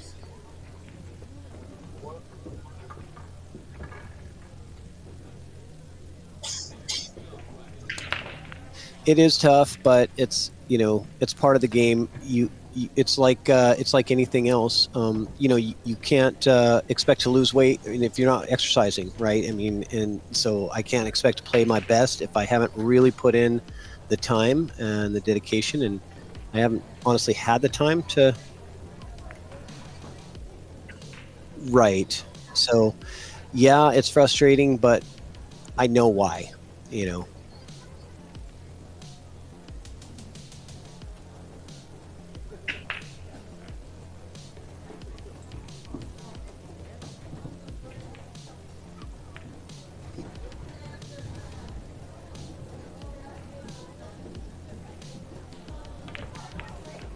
Oh, nice bank shot from Chad. Drills that thing. Yeah, and look, I mean, if my expectation is that I'm going to come in here and I'm going to dominate the bracket, but I haven't actually put the work in ahead of time to do that, that's unrealistic.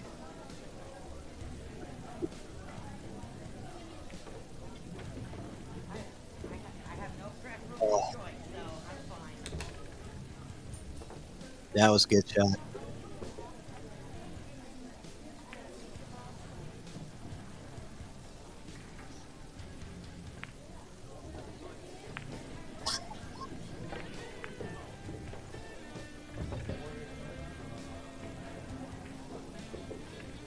Mhm.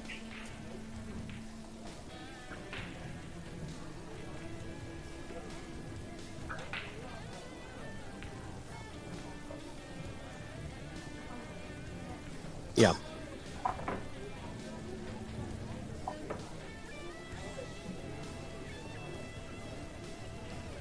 Yeah.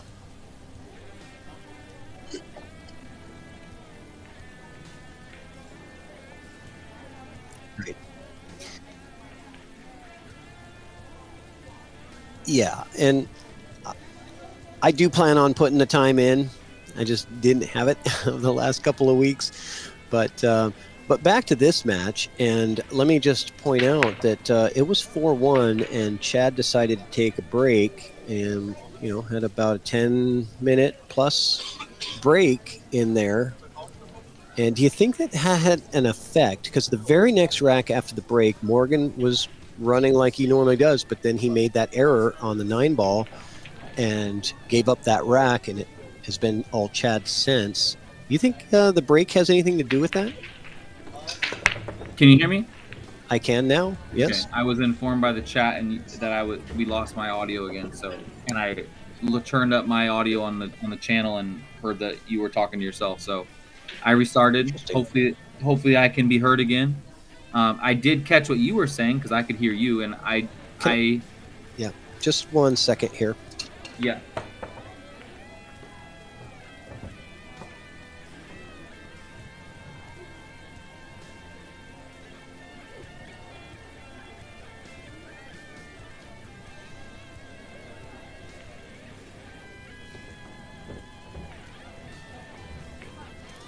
Okay. I'm going to have Justin just monitor with headphones while we're doing this so that we can know ahead of time if your audio goes out. Okay. And so we'll just keep going. But thanks to the chat. Really appreciate that. But yeah, so I heard what you said. You were talking about the break and whether or not we think that was coincidental to like what the leading events after that. And I think that it's easy to chalk it up to it not being a coincidence. However, Morgan played really solid in that rack, and based on the ball that he missed, I think it had more to do with how quickly he shot it, how much respect he paid it, and less to do with the break that took place. However, the way that Chad has played, given the opportunities that he's been given recently, I think that did have a factor because he was not playing to his normal ability when he had opportunities. Mm-hmm. And so the break might have helped him kind of reset. Okay. I don't think that Morgan's mistake was because of the break. I think that was just something that was, if he looks back, he'll realize he ramped up his he's a little bit more of a slower player than most, and he shot that ball. Me and Zach timed it, and oh wow, that was unfortunate drawing. Scratch happened. I'm kind of surprised that he drew that ball. I was expecting him to go forward and end up somewhere in here on the 7, but I understand. He wants to get the easier out, which is the 7 in the top right corner, and then the 8 in the side. 7 is pretty available to the side, though, don't you? It doesn't look too difficult. I do, but the best he could have really gotten is that cue ball in here, and then that would have been kind of a back cut to the side, which would have gotten maybe a little funny on the 8.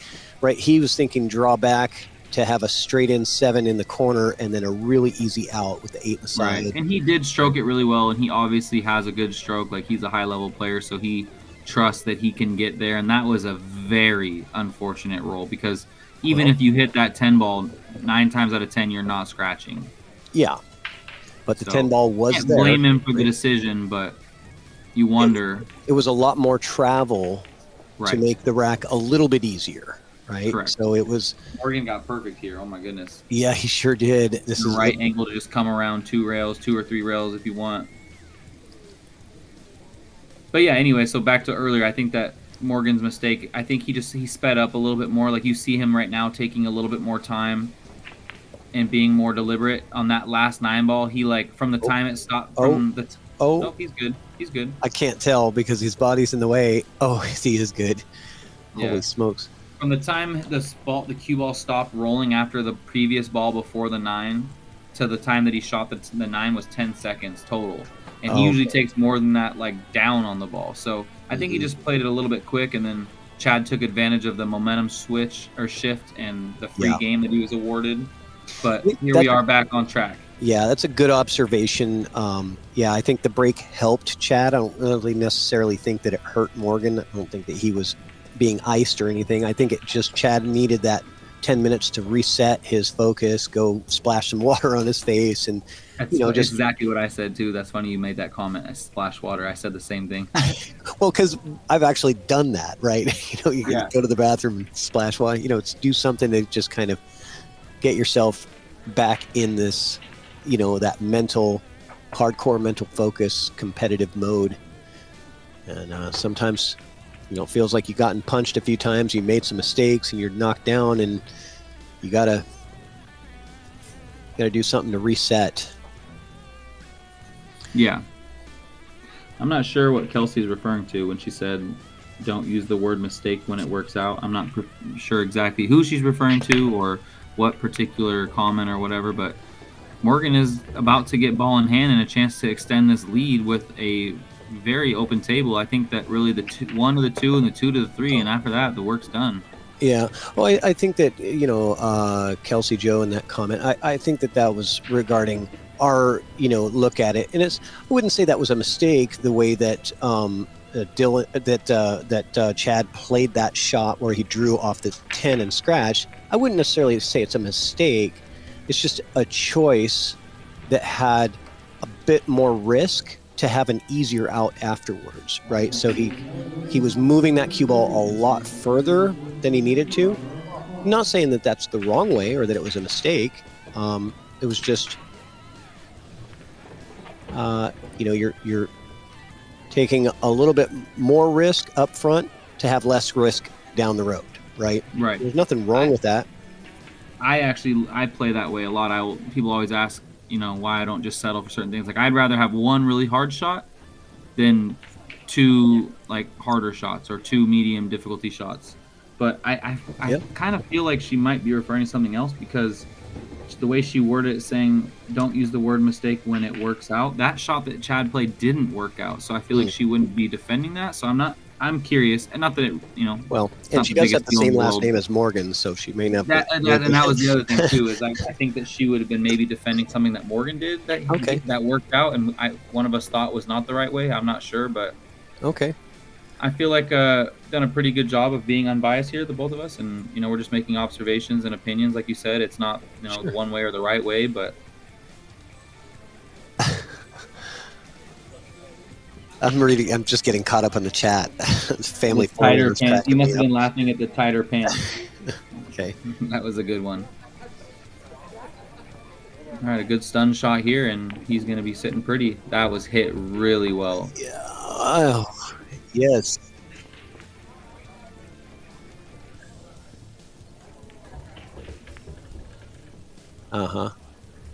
He's picking up his tempo here.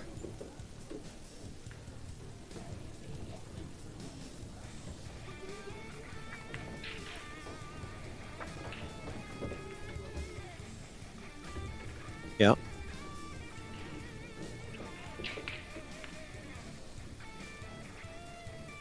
Mm-hmm.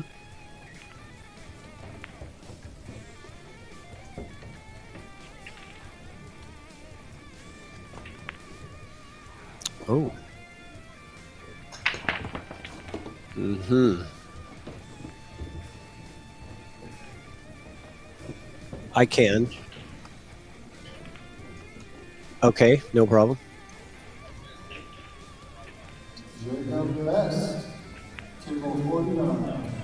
There we go.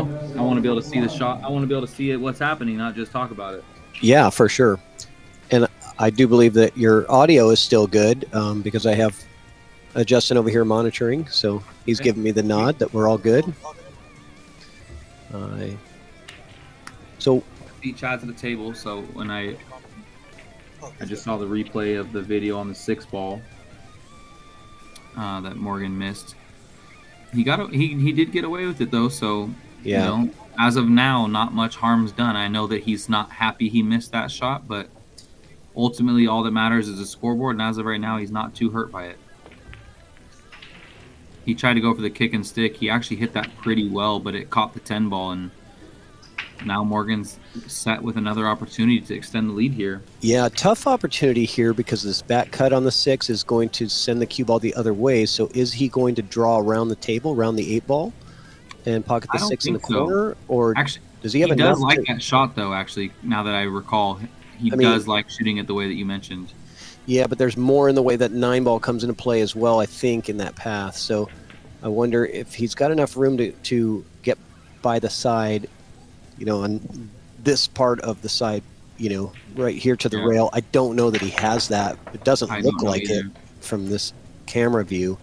But like you said, the 9 is really big here. And do you take the gambling risk that the chances of you getting hooked on 1 ball is very slim? Do you take that risk? I think so. Yeah. I like the shot. Looks like he's drawing up a safety, though. Yeah, I'm looking for a safety, but I don't see a good safety opportunity. You could easily, not easily, the 6 ball is not going to be very well hidden, but you could stun, like just a stun drag shot like this to try to get behind the 8 ball. Yeah. But the problem is where you're hitting a 6 is going right pocket right here anyway. So like, I don't know that I like that. It's the only real safe that I see, unless you try to.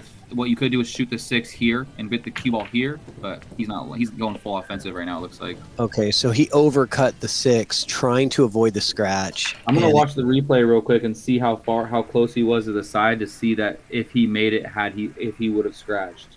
Yeah, because it looked like he was pretty, you know, a couple inches away from the scratch.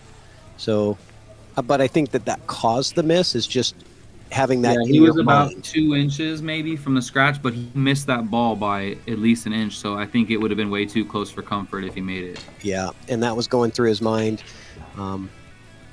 Hindsight, when he watches it back, might have been that draw shot going around the 8-3 rails.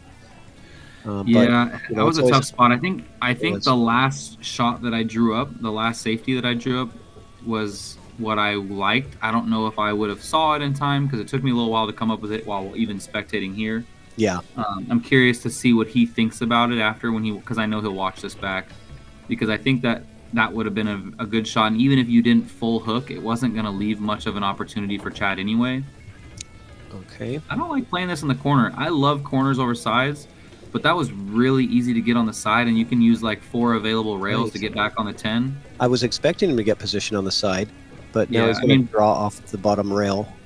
Big table players and higher level players typically prefer the corners over the sides. They're better pocketing angles, and but in that particular situation with how easy the 9 was on the side, I'm surprised because it's really easy to get funny on that 9 ball, right? And then the angle's taking you into the sides. So, but he got out. What do we know? Yep. 5-4. It was a close match. Yeah, halfway there. So the like I mentioned, Morgan and I had spent a good deal of time talking, and we pick each other's brains more frequently recently since we're on a team together, and we're similarly rated players and similar ages and all that. We bounce a lot off each other. One of the things that came up was, so Morgan, as I mentioned before, is very disciplined. He spends a ton of time practicing, but over the last few years has spent very little time playing tournaments and like money games and on streams, and I have done the complete opposite. I never practice, but I am always playing tournaments and money games, and so one of the reasons why he put himself in this situation in elite singles and why he's been playing like the PNW pool thing stream against Javier and Amon at your house or your place, he's doing it because he's trying to replicate in that pressure that he feels that he hasn't handled as well as he'd like. Yep. And so one thing I'd say for him, again, we're looking back at this, is he's been in control of this match. Like, he has been, most of the mistakes that he's made have been very late in racks. Like, he's running out and just like a ball here and there that he probably doesn't think that he should miss. outside of that, this match could be very different. This break, Dylan, 1 and 2 are very easy to make, and then the 3-9-10 combo is on. So this might be what Chad needs to tie this thing up. This could be a very quick rack right here. I don't know that I like getting to that third rail. Ooh, yeah, I think it still goes, but yeah, I mean, he was limited with that 7 ball there to, yeah, just play the same shot, but just play it. Don't try to, you know what I mean? Like, just get to that middle diamond, and you're making this from anywhere. And felt like it was made it from there, so no problem. Quick rack. Yeah, so what I was saying though is Morgan is, I think the ball count is probably heavily in his favor at this point, and he missed that 9, and then he missed the 8 a couple racks ago, and then last rack he missed the 6. So I mean, he's been like, he just he's like I told you earlier, he's on the up and coming, and once he gets that to where he feels he's handling those pressure situations better, and he's played in these moments more and more and more, a lot of these guys that he's playing right now today are not going to be happy to be playing him, a year or two down the road. I believe that. And I told him, we talked earlier today, and that was because I watched his match against Rob Cameron, and he lost 9-4, but the scoreboard did not indicate how that match went. And Rob had said the same thing to him. Like, it very easily could have been 7-3 at one point, but, he's just, you're putting yourself, he's putting himself in an elite bracket against high-level players, and he's not played a lot on stream in tournaments like this, so you can't replicate that. No. Oh, a scratch on the break. So does he repay the favor? Where's that 110 at? Yeah, I'm looking, and this will be an interesting. It'll be an interesting decision, right? You got to look at the layout of the table and make the decision based on the layout and the difficulty of. Oh, you're looking at the safety with cheese. I like it. So you're looking at. Are you looking at taking a free shot at the 10 and safety in them on the 8? Okay.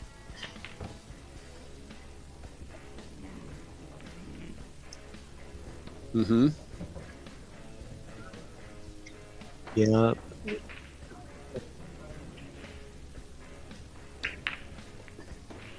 Well, it's actually, I think the hard part is the 4 to the 5 because of the 10 ball. 10 is huge when you're trying to get position on the 5 from the 4. Right.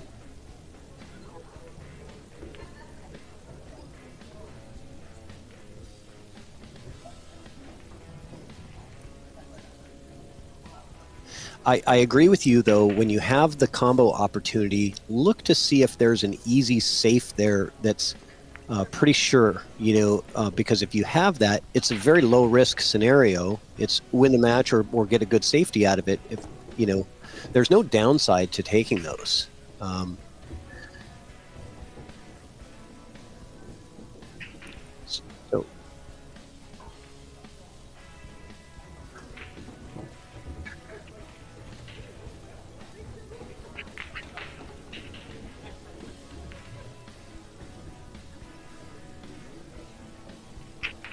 Right. So he's doing his due diligence here, really figuring out where he wants to be on this 4 ball, and he's recognizing that this is the biggest challenge of this rack, is 4 to the 5. That 10 is just monstrous in his way to get position on the 5, so he has to get, I guess, short side on the 5, right? So he's going to draw.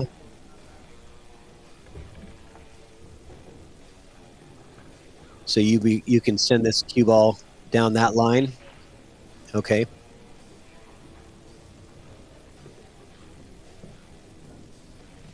Yeah, you are going to take it tougher. Oh, he's going to go short side. Look at this. Look at that. That's the way to do it.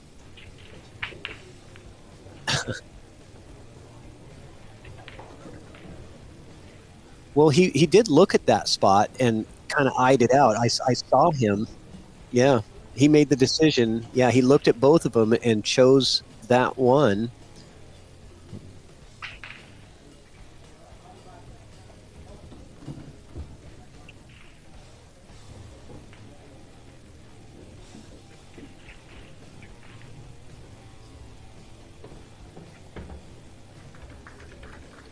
Yeah, 6 to the 7.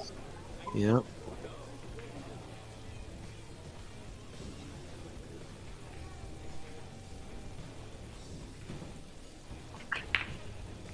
Well, you've got if you right click on your mouse, it should give you the straight. Oh, okay. No problem. Gotcha. He does have to be aware of the scratch. If he's going to play this, the scratch is in play on that side. You got to be careful of that. Well played. And then there's a scratch in the corner too. Oh, I wasn't looking at the scratch in the corner. I was really avoiding the scratch in the side. But with that English, scratch in the corner was on. And is he still on?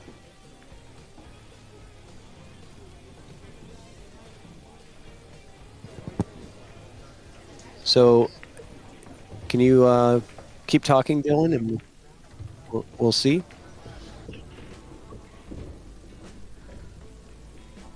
We'll find out. Have you refreshed yet? I'm just curious. Okay, yeah, we're not hearing you, so you might have to refresh.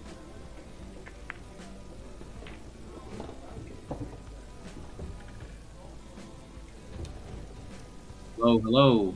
Yes. All right. That should work.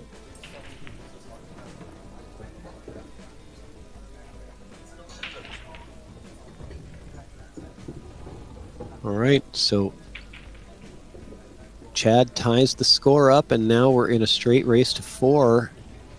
The Family Forerunner, I have seen you on so many chats. I still don't know who you are, but I appreciate you letting me know that I was not being heard because we were able to get that fixed, so I appreciate that. And as far as the shot clock goes, Jack Kisk and the Family Forerunner are debating about, I think that in this particular situation, you have a player who is catapulted himself voluntarily into a higher division to test himself against some guys. He's probably feeling some nerves, and I think that it's warranted to maybe take a little bit of extra time. And if that bothers you too much as a player for Chad to not play his game, then I think that he's got some stuff he needs to work on. Yeah. So, I said Chad tied it up, but I wasn't looking. I guess they just hadn't changed the score yet, so he took the lead with that. Yeah, remember he had the early 10, the 3-9-10 combo. Yeah, that quick rack to tie it. Yeah, it's almost like you forget about those. They're so fast. Yeah, I'm sure Morgan didn't forget about it. So let's just point out that since the break, it's been 5-1 Chad. Right. Just saying.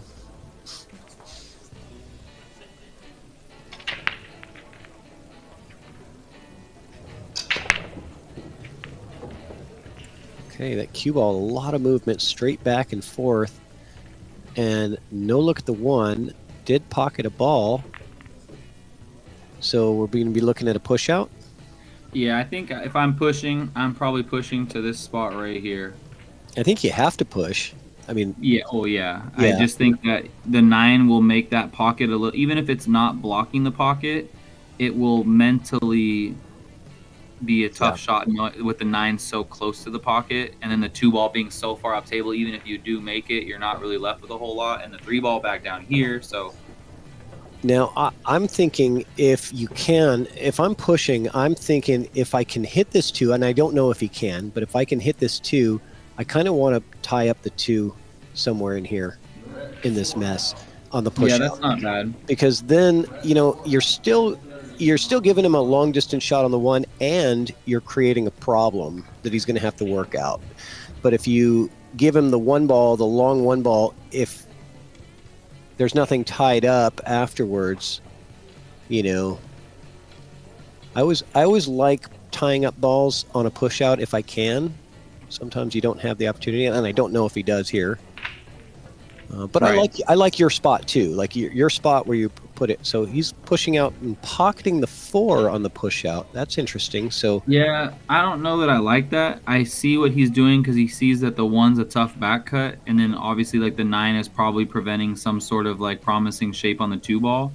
But you're giving a guy a wide open look, a manageable look at some sort of shot or safety, and you also took away 1 ball potentially. I mean, obviously it was going to go. He was going to make that from anywhere, but right.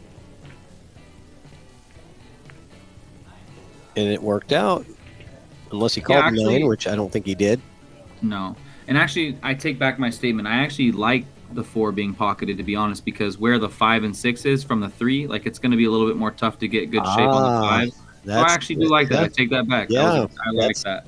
That's a good point. That's really strategic. I didn't think about that, right? The transition from the 4 to the 5, or the 3 to the 5, right, is difficult. With the 4 there, it was much easier. Yeah, so I take that back, Morgan. I really like that shot. Smart play from Morgan. And it wins him an opportunity at the table. The missed back cut from Chad.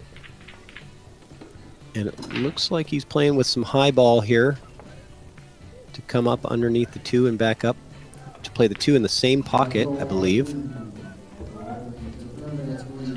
Or the opposite pocket. This is good. As long as he's not too bothered by being a little bit hindered by the 8 ball. This leads in pretty natural for 2-rail shape. As long as you just barely come above the side, you'll split the gap between the 10 and the 3. Just like this is kind of what I'm thinking here. Like there to there, down and there is what I think he's gonna go for. I will get a mouse. I'm sorry. Okay. No, I like it. I can see it. My color has changed like 37 times this stream because every time you refresh, he hit a little bit too thick. And we don't. I'm really sorry, know. a little bit. Yeah, I was going to say the 8 ball. Yeah, the 8 ball was the landmine to avoid there, and he wasn't able to avoid it. So I believe he's going to be looking for a safety, probably to try to tuck under the 10. Do you like that? I actually like this safety coming here and then wrapping around up here. Oh. I like to try to create distance when possible, and Chad's too good at jumping, so even if you hook him on the 10, he's going to have some... Yep, just like that. Even if you hit the 5, that's even better. Look at that. Now the 5's better. Man.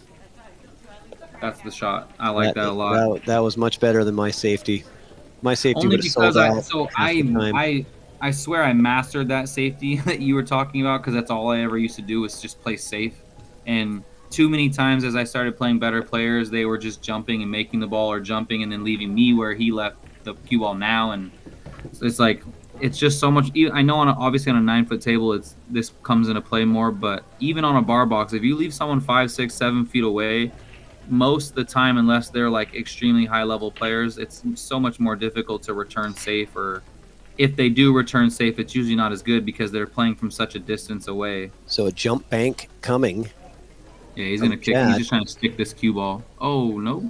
He was swerving. It was a swerve. Okay. Wow, that was a pretty fortunate roll there because, I mean, I believe the 3-8 carom is on, but to tie that up with 4 balls on the table, 5 balls on the table, and ball in hand, that was very fortunate. Yeah, so I know Jack was pretty upset earlier about a roll that Morgan got, so I think there, Jack, there's your roll back. Now with the carom here, you got to make sure that it doesn't double kiss the cue ball. Well, yeah, and even with the carom, the thing that sucks, like I said, the carom is available, I believe, but the 3 ball, you'll then be playing short-sided, and fortunately the 5 is near the pocket, so you don't have to get perfect, but this is a touchy shot, like you said. There's a double kiss involved potentially. You can get, perfectly straight, or there's a chance you could get too thin on this ball. Like, there's a lot that can go wrong here with this carom. Did I go muted again? Let me check just a second. Okay, I was just asking if you could hear me. I think that I didn't hear anything from the chat. I can hear you just fine. Yeah. Okay. I just was being quiet. I was listening. Okay. I was listening to your strategy. Oh, okay. So looks like we're gonna have a discussion here. Chad's just checking what he's thinking and if they need a ref, and probably wanted just to get a look at it to see if a ref was needed.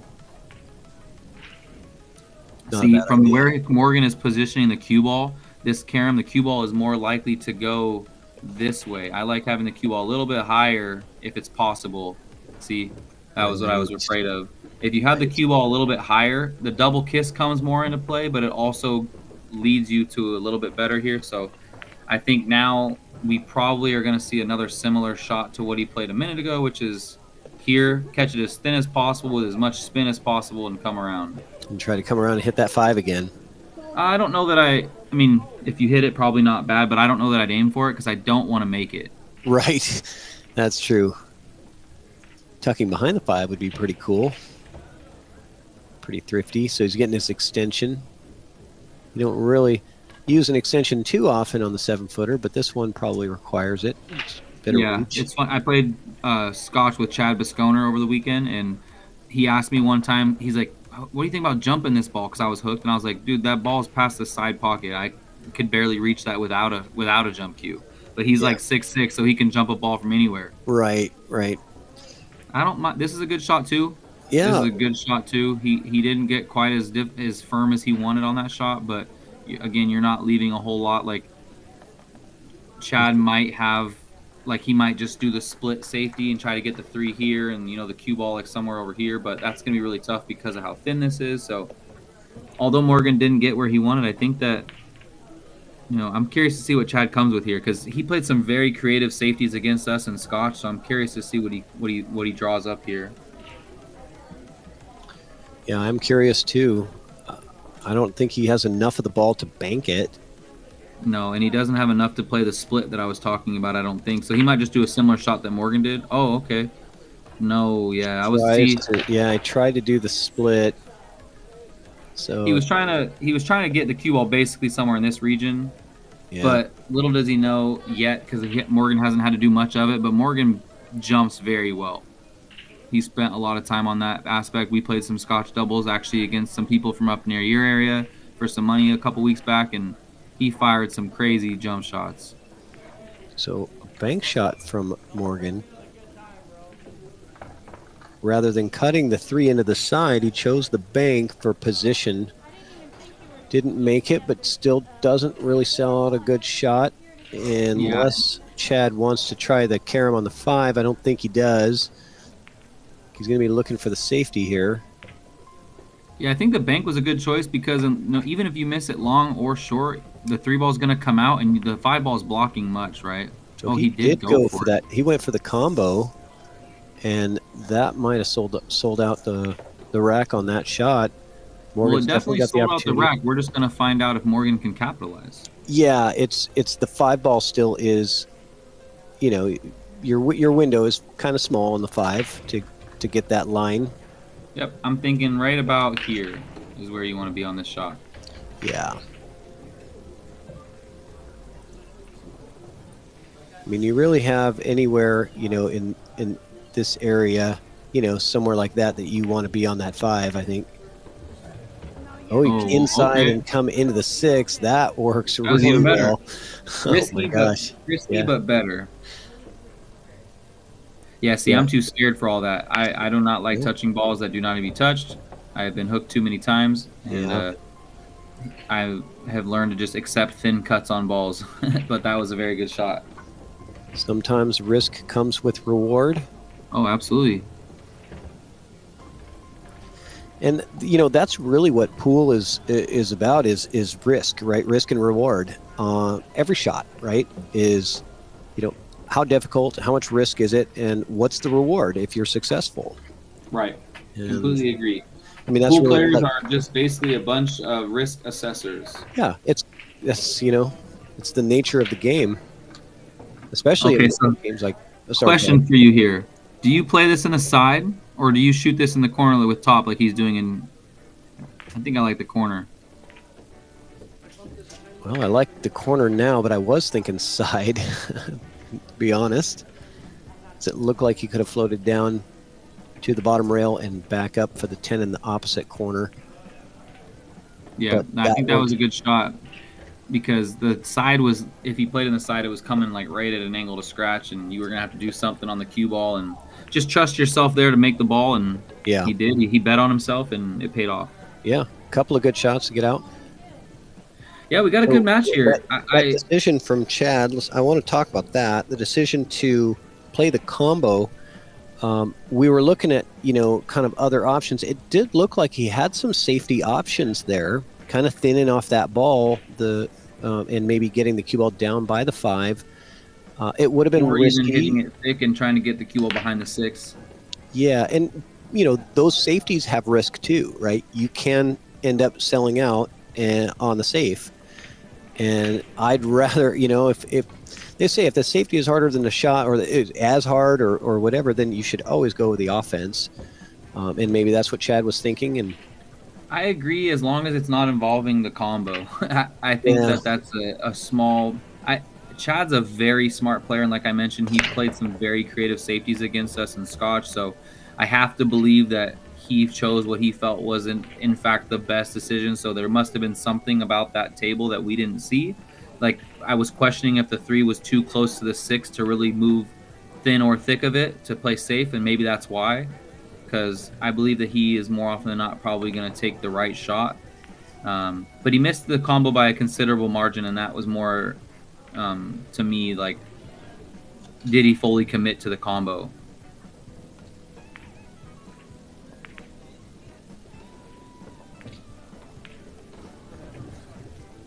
okay. See, that's what I'm saying. Like, he this is only really a containing shot, though. I wouldn't much call this safe. I think that most players in this division are a favorite to hit this ball. I think, though, you've got to be thinking about how thick you want to hit this ball, because the 5's not going to allow the 1 to travel very much. And you have to remember to hit a rail too, right? If you hit that 1 full into the 5, if the 5 doesn't get down to the rail, it's ball in hand, right? So there is the possibility of not hitting a rail if you don't interact with the 9 ball, right? If the, unless you hit it I don't hard. like anything about this area, because he's going to be coming under the 1 ball. He's got to hit it with speed, like you mentioned, to get a rail. And you'd love to send it this way, but I don't love anything about sending it near that corner pocket. Like, it feels like you might leave a shot on the 1 for a safety back, or you might come off the 3 and scratch. Like, I don't like any bit of this. Yeah, he did hit it hard enough to get plenty hard enough to get the 5 to the rail, and that's going to be an open look for Chad. Yeah. 1 to the And 2. This 2 to rack the 3, no looks problem. congested, but everything has a pocket once certain things move, and I think that he's a definite favorite here. Yeah, it's getting a little hairy already. Yeah, I think he might come down, trust his tangent line, and come down between the 3 and 5. And he comes into the 3 and actually comes out okay here. A little bit of a fortunate double kiss there. And this one he might be using a bridge for, or unless he shoots well left-handed. No, he's getting out the bridge.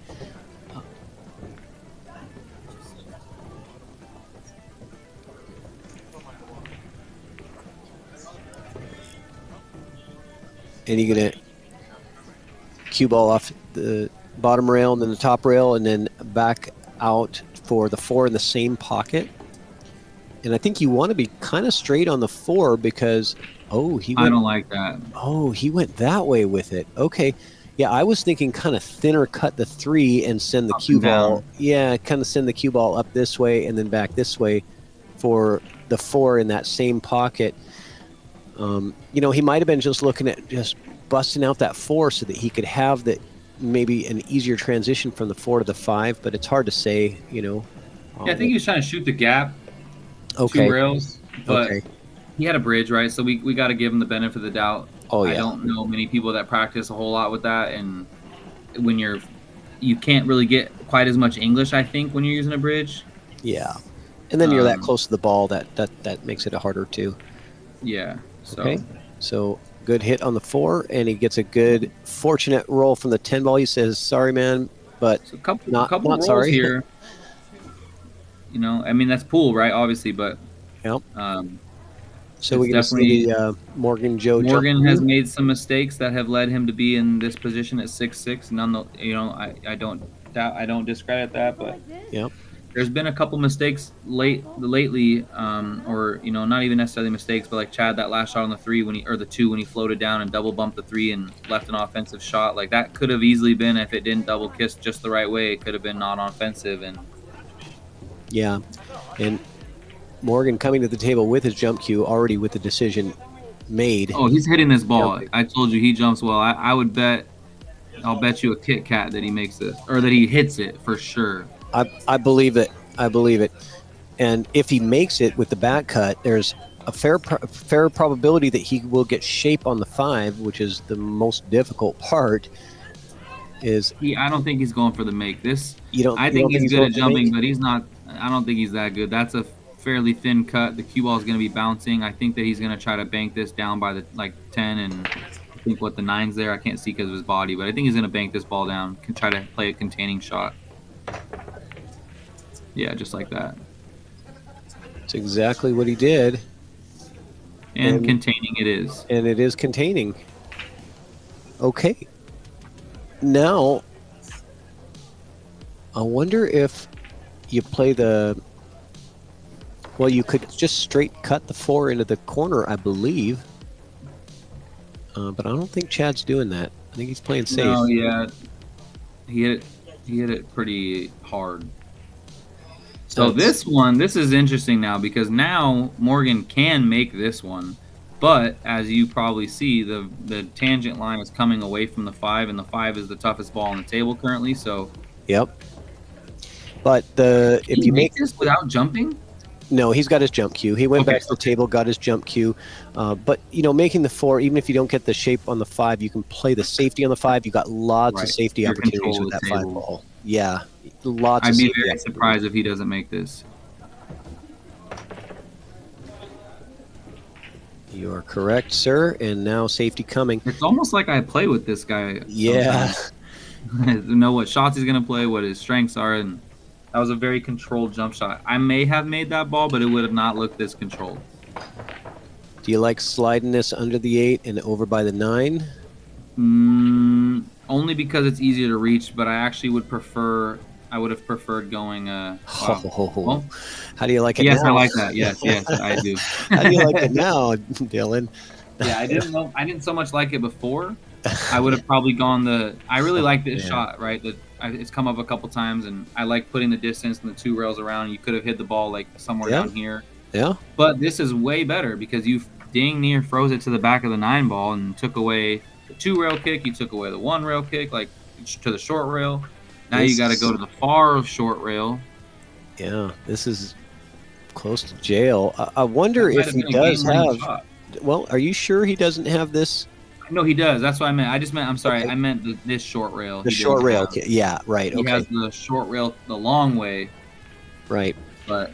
And I mean, if you hit this ball, you're not so little of a favorite to make it if you hit it because of the angle you're coming in at. But then you're going to be coming into the 8 ball with, a potential really long shot on the 6, or maybe you're hooked on the 8. Who knows? So he just wants to hit this ball. I know that.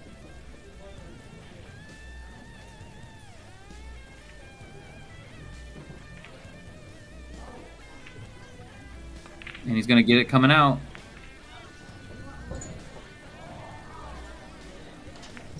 Well, better than ball in hand, but Morgan's got an opportunity.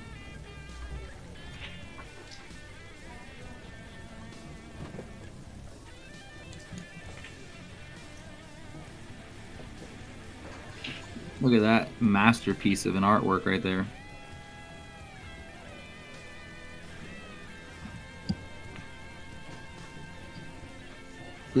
Okay. Do you like my artwork? Yeah, not bad. I did it with water paint, or what? What? Yeah, that's kind of what I'm thinking. I think that, and depending on who you are as a player, some people shoot that same line with like a lot of outside spin, and others prefer to do more of like a stun shot.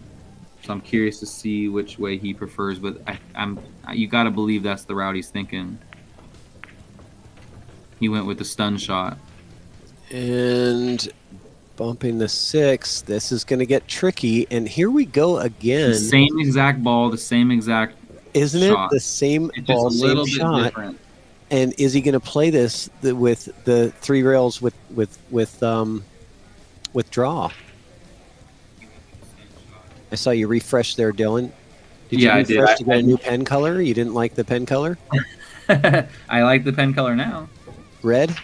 Yeah, no, it was my video froze again, I think. Oh, okay. Okay, so he did try that 3 rail draw around. Didn't quite work out for him, but he didn't leave anything super easy though. This is Your natural roll shot. Yeah, natural roll, but the corner pocket is in play. Well, and the 9 and the 10. I think you got a stun here and out. Oh yeah, look at that red. That's way better. I like that. Yeah. Oh, look at But that. what I was gonna say though, before I got, I like the red so much, is he's probably playing safe here. But what I was gonna say is if you're high level, you stun with inside, so that it comes down. Ah, yes. That shot is not easy. I don't love shooting it, but that's really guaranteeing yourself a shot here. But I think, just really wanted to maintain control of the table, so he's like, I'm going to just make this ball with whatever I am comfortable making it. Oh, he's cutting this ball? Wow. Drills it, and look at this shape. It's going to be absolutely perfect. What a shot from Chad RAZWICK. Sorry, had to give him one of those, man, because that was a great shot. Yeah, it really was. Again, just like Morgan did, right? Like Chad bet on himself there to make that shot. I mean, Yep. I think that there's a lot of players, myself included, who might have laid up there. You had a really, He was it putting wasn't a difficult safety to get behind the 10. No, and with that shot, he was all in, putting all his chips in on his hand, and You know what that tells me about Chad? And when I see players shoot that shot right there with that layout and such an easy safe available, it tells me that they spend a lot of time playing high-level players, because when you start playing high-level players, you do not let them back to the table, because regardless of how good that safety is, there's a chance that they are going to kick at that ball and leave you nothing, or kick at that ball and make it. Yeah. And it's not going to happen every time, but they don't want to risk that it happens at all. Right, because the question is, when you play safe, is will I come back to the table with something better than what I have right now? Correct. Right, that's the question that you're asking when you play the safety or decide to play the safe, is will I get a better opportunity, or could I possibly get a worse opportunity afterwards? Is this the best I can get? Mm-hmm. One of the most infamous, notorious shots in pool history, the shot that, it wasn't a safety played by an opponent, but Efren Reyes hooked himself on accident playing safe and comboing a ball in, right, against Earl Strickland, Hill, and he Z-banked it in and ran out. And it's like, that's just the chance that happens, right? Like, again, somebody didn't play the safe on him, but he had a safety played. Technically, he was, snookered and kick the ball in. And so, he's probably 1 out of 50 or less to make that shot, but he happened to make it when he needed to, and that's all that it takes in pool. You only got to make it one time. That's right. I received I got a message from a friend who's watching the stream, and he said, he runs a small business in the pool industry, and he said, need a new logo for the business. I think I'd be interested in hiring you for the design work. Trackpad only, though. That's good. Oh yeah, Cole Gibbons comes into the chat. Shout out to Cole Gibbons, great player from the Pacific Northwest, recent Northwest Cup MVP. Said, or when Kazakis played safe on David.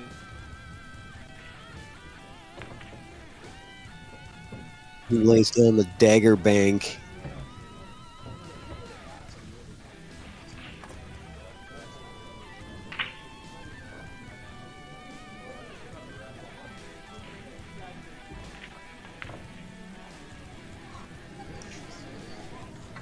Well, yeah. So a ball went down on the break, and what's the discussion here? Yeah, they're having a ref perform the rackectomy. I don't blame him. That's going to be a little tricky. Oh, the ref's got some moves. Oh, he's breaking out his. I can actually see from my seat here live. I'll commentate the rackectomy for you guys. He's got his little tool, ball marking tool. Removes the 3 ball. Removes the rack. Puts the 3 ball back, and we'll be back in action. These refs, shout out to the refs here, committing to being here all week and doing a great job calling the balls and the strikes today or this week. Got a lot of respect for these guys. I know a lot of times they don't get the appreciation they deserve, but a lot of respect for the refs here. All right, so here we go. After the break, ball down. You pushing out, Chad? I mean, Dylan? Are you?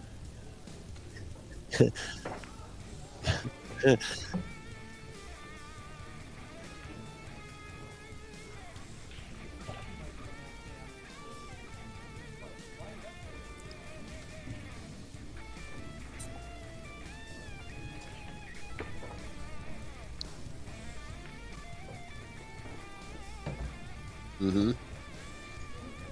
There's no Dylan.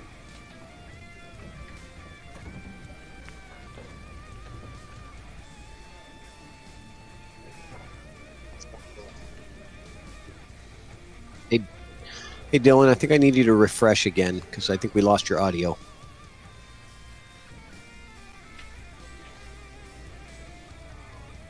Yeah. Thanks, Fine. Daisy. Appreciate it. I lost the red, man. This Yeah, thing isn't sorry. bad either, though. No, it's okay. I was just just mentioning, like I answered your question about the push. I said that there's really only like one or two scenarios in which I don't push after the break when I'm hooked, and that's if the ball that let's say it's the one ball. If it's like in the pocket and there's nowhere that I can push to that they can't make it, I will elect to try to kick or jump maybe, or if I'm guaranteed to be hooked right after, like the push, or let's say the ball's buried by a bunch of other balls and the only push that I give is guaranteeing them to safe me back, then I'll try to kick or jump and hope that I get safe on the other 8 balls somehow. Other than that, I'm gonna push.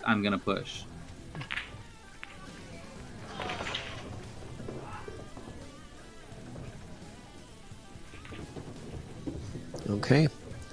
I'm curious what happened here though, because Chad just kicked at that ball, and I can't imagine that if it was a 2 or 3 rail kick that he wouldn't have given back the push. So did Morgan play safe, or did he push? You know, I was busy with some technical stuff, so I'm actually gonna.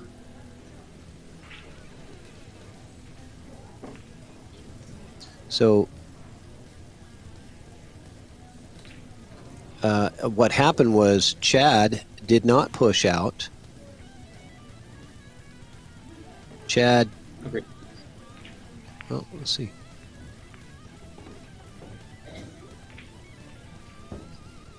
Yeah. It was Chad that went for the 2 rail kick on the to get to the 1 instead of pushing out. He gave up ball in hand. Right.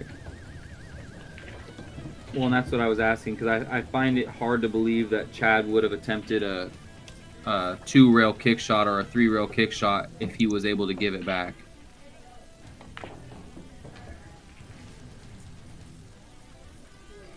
Yeah, and it might have been just also because the rack is a little bit clustered. So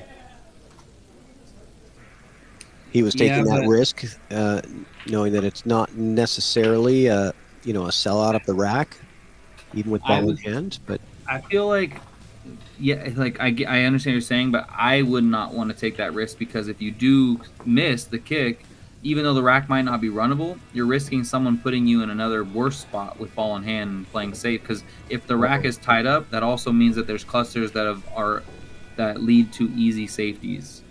So I think Morgan there had some deceleration on his stroke and just did not get enough into that to get where he wanted on this 3 ball. So now he's got a thin edge of the 3, but I don't know. He's going to break out the problem balls. Does he have enough to pocket this and get the breakout? He may. Looks like he does. I don't think he has enough of the ball. When he looked at it, he was aiming like the 3 was coming here, I think. Oh, okay. So he's going to try to. Okay. He didn't have enough of it. Hitting the 10, and now the ball in hand. It's not great. Yeah, the 4 plays to the side. It's not great, but I mean, what a twist! I think he takes the 310 here. Yeah. Okay. I mean, you go from ball in hand for one player, and then 2 shots later, you get the ball in hand back. This is. I'm curious what you think about what I'm about to say, but this is the what I call the obligatory, like map out visually that the rack is hard before you take the combo that people do, and they're like that way they like it's almost like just so you know it's just because the rack's so hard that's why I'm doing this. Like, Right. I'm not just a fish, right? yeah. I'm You see it I'm not so being a often. cheese chaser, right? Yeah, it happens so often. Right. Because there is sort of a stigma about somebody who takes a 10-ball combo. Right.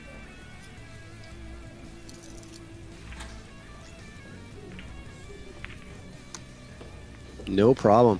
Chad's got those banks and those combos down pretty well. Yeah.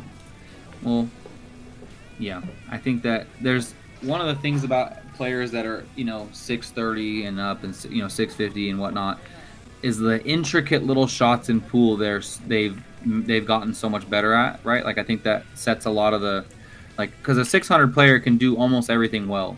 Right. And that's where Morgan's at right now. But a 630 or a 650 or a 680, and as you keep stepping up those 30 point, 20, 30, 40, whatever it is that you're stepping up, like they can do everything you can do, but they can do a little bit better on 1 or 2 or 3 or 4 things, and that's why they're to that next level. Whether that be like they pocket balls on a little bit more consistent basis, or maybe they jump a little bit better so they're able to get out of trouble more. Maybe they kick better, maybe they bank better, safe better, whatever it may be. But like that is, in my opinion, usually what sets apart the 600s from like the 630 and the 650. And yeah, it's those. And then when you little get to differences 700, I that- have no idea because those guys are all monsters. So it's like I have no idea how anyone gets any higher than that. And that cue ball was tracking for the scratch and really got fortunate that it got kicked away from the scratch. Yeah, but he's got a. I think that. Do you play? Because the one you're gonna play the 1-4 combo, I would imagine, but the one's gonna want to come this way. So do you play the cue ball with inside English so that it comes off this rail and also tracks down this way, or do you just play safe? Do you try to hit it so thick and hard that it comes into the 3 ball? I'm honestly gonna slow roll this 1 to the 4 and try to hold the 1 so that I can play the 1 down to the corner afterwards. You're right. I don't know why I tried to get so crazy with that because the 4 is going to go in with barely a flick. So It's just hanging on the edge of the pocket. So I think if you just I'm over here thinking about like mad scientist ways to play this, and you're Yeah. like, I'm just going to slow roll it and play the 1 in the corner. Yeah, I think that's probably the simple route is to slow roll it. And the 1 can, if you hit it too thin, the 1 can kind of come out a little bit and get funny on you. But I think if you hit it full enough, the 1 holds there, so you can play the 1 to the corner after. Yeah, I agree. Once you said it, kind of like But he did the inside shot. You saw that? Yeah, he did. And he caught. And now he's got the 110. He caught the point with the cue ball.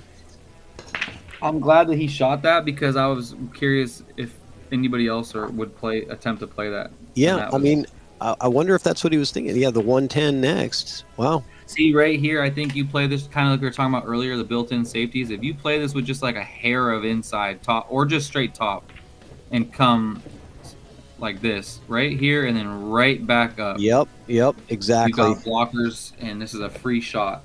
A safety with cheese. Yes, sir. Cheese with safe, whatever, whichever order you want to put it into, but this is a free shot. Yeah, I call it safety with cheese because I think that the important thing is to make sure that you're getting the safety. I agree. We said that. We talked about that earlier. I like that. It's more important, right? Because if you don't get the safe and you don't get the shot, you can be really stuck. Yeah.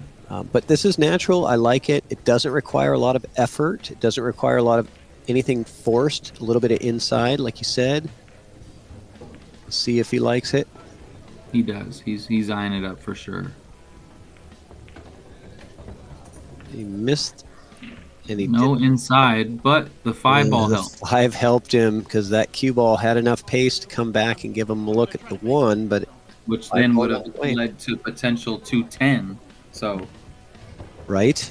that 510 might have just given us viewers some more pool, which I'm not against. Yeah, because Chad is on the hill. But this turned out to be a very nice safety, very difficult to get out of because the 7 and 8 are right in your bank path. Unless there's a window to go in between there. I don't know if there is, but imagine if there's a window to get in between those balls. I can't imagine that it's there. But sometimes the camera angles can be funny, but it looks...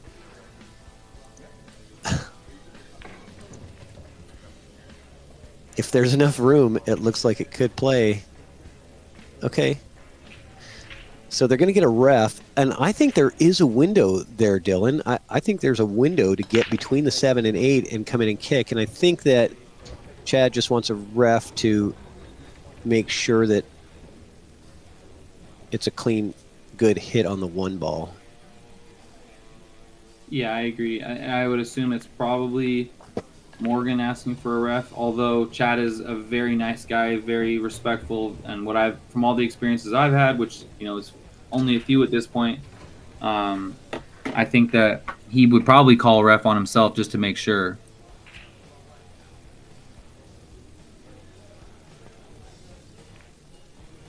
Good hit. It was a good hit. Nice shot. So this shot, the 3-9 makes it tough to reach, but you just thin off this ball right here and just aim anywhere. Like, you can be literally anywhere in like this area and it should be covered. But the bridge, like I said, the bridge is tough with the 3-9. Yeah, but just getting that Perfect. Good hit on the 1. Oh, nice shot from Morgan. Keeping Keeping the pressure on. And that hit on the 1 ball from Chad was a huge success, but now he's got to do it again, and this one might even be tougher. I was very fortunate that Chad had the window between the 7-8 on the last shot to be able to kick it, because if that wasn't there, he had almost no way of getting to it. And what's he doing? Is he... Oh, my gosh. Yeah, so he's going to swerve and hit it soft. Oh, look at this. He's going to get safe. And what a great safety battle we got going over here, because, I mean, we got a crowd of people watching this match. I don't know if you're seeing the chat, but remember the 110 that Morgan dialed up earlier. We have some people in the chat. Phil Bremer, local Portland player, been around a long time, great player. And Daisy mentioned the carom on the 110, and we didn't really talk about that, but I think that I think we like the 110 combo because of, like we talked about, like the potential built-in safe. Like if you play the carom and you miss, the 1 ball is not really going to go too far unless you really pound it. But I don't dislike the carom either, because I think your percentages of making that ball are higher. So it did carom off a little bit and just missed it. So a chance now for Chad, but the 3 balls pretty tough though. Yeah, I was gonna say he's not out of the woods yet. He's got some work to do, but he's worked hard. See another inning in this game. I got to give Chad mad props on this rack for continuing to fight through some really punishing safeties from Morgan Joe that have been just really well played. He overhit this. And he really overhit that. But yeah. I mean, it's not so terrible with where the 3 is. He's just going to extend this rack a little bit. He's going to play it safe with the cue ball, try to come here. He's calling the 2, but I don't think he's really intending to pocket it. Oh, well, oh my gosh, he called the 2 in the corner. Yeah, so he called the 2 in the corner and goes in the side. I guess a scratch probably would have been the worst case, but now I think we see a stop shot here on the 3 ball with no intent to pocket. Yeah, do you... Oh, Daisy Carlin is Mike Womersley. That makes way more sense on the carom suggestion, because I don't know a Daisy Carlin. And I'm pretty sure somewhere earlier in the chat, Daisy claimed to be like a 200 Fargo, and Mike is, a 328. Get out of here. Yep, there's the stop shot by Morgan that I saw coming, and Mike's a 650 player. Get out of here, 328. Okay, now that makes sense. It's like we need a legend to know who is who in the chat, but that's the thing about YouTube. It can be kind of anonymous with the chat. You can put whatever handle you want. Yeah, like anyway, 2 nerd that just said, "Sup, guys." I'm just super impressed with this rack. Has been so fun to watch because there's just been some great safety play on both sides, and the escapes of the safeties from Chad has been just, I mean, unbelievable. And Yeah, look at look at this, this. and This another was one. totally planned. He's Oh. not gonna get away with it, but he was intending on 2-rail because it takes away the scratch in the side, Yeah, and well, not takes it away, but makes it much less likely. And then you have 3 balls to potentially get safe there on, depending on the speed of the 3. He hit that really well. He didn't get rewarded, but that he executed that shot really well. And now Morgan has a chance to apply a little bit more pressure. yep. Morgan Joe needing to win 3 in a row to stay alive in this tournament. Get out of there. Yeah, he's good. Oof. Good shot, good shot. Smooth. You got to make sure you commit to this draw. You can overdraw this and be okay, but you cannot underdraw this. You want to make sure you get on the A side of. He's looking at using top. He's looking at using top corner. outside to swing only thing I around don't the like 8. about that is that when it hit.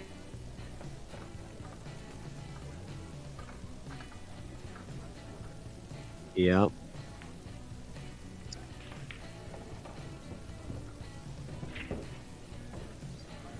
Yeah. So he's drawing. I think he agreed with you there. But he didn't get the draw. He didn't get the stroke on the ball, and he knows it. Okay. See you in a second.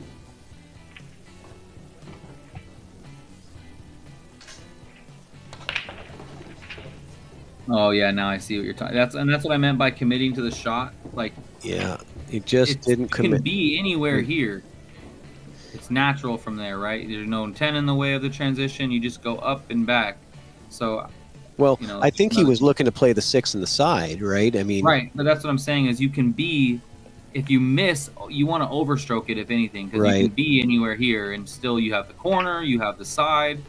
But Yeah. underdrawing it makes it so that you have the 10 ball now in play. You have the scratch in the lower left corner in play. You really got to commit to that draw shot.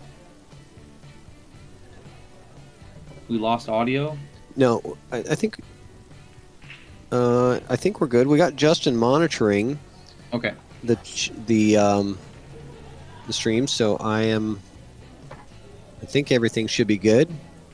Can you guys out there hear Dylan?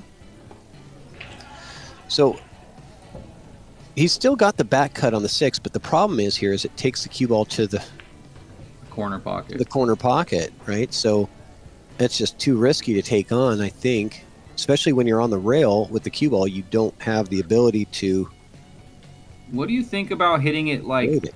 a little thick but slow? So like you're not intentionally trying to make it, but you're trying to like push it to the 9 a little bit and just get the cue ball to drift here. Yeah, I like that. Because you I have a think lot. that's As not- I think long that's as you not bad. don't scratch, you have to get the rail, but you're gonna leave something not ideal. Yeah, I like that shot. Hit it full enough to where you don't scratch. Just Get like up, that. Get Just up like behind that. the 10, and just like that, perfectly executed. If only I could execute what I see. That'd be great. Yeah, Morgan is laying down. That might be the 5th or 6th safety that he has executed really well in this rack, and I think that Chad This has. is a bad spot for Chad.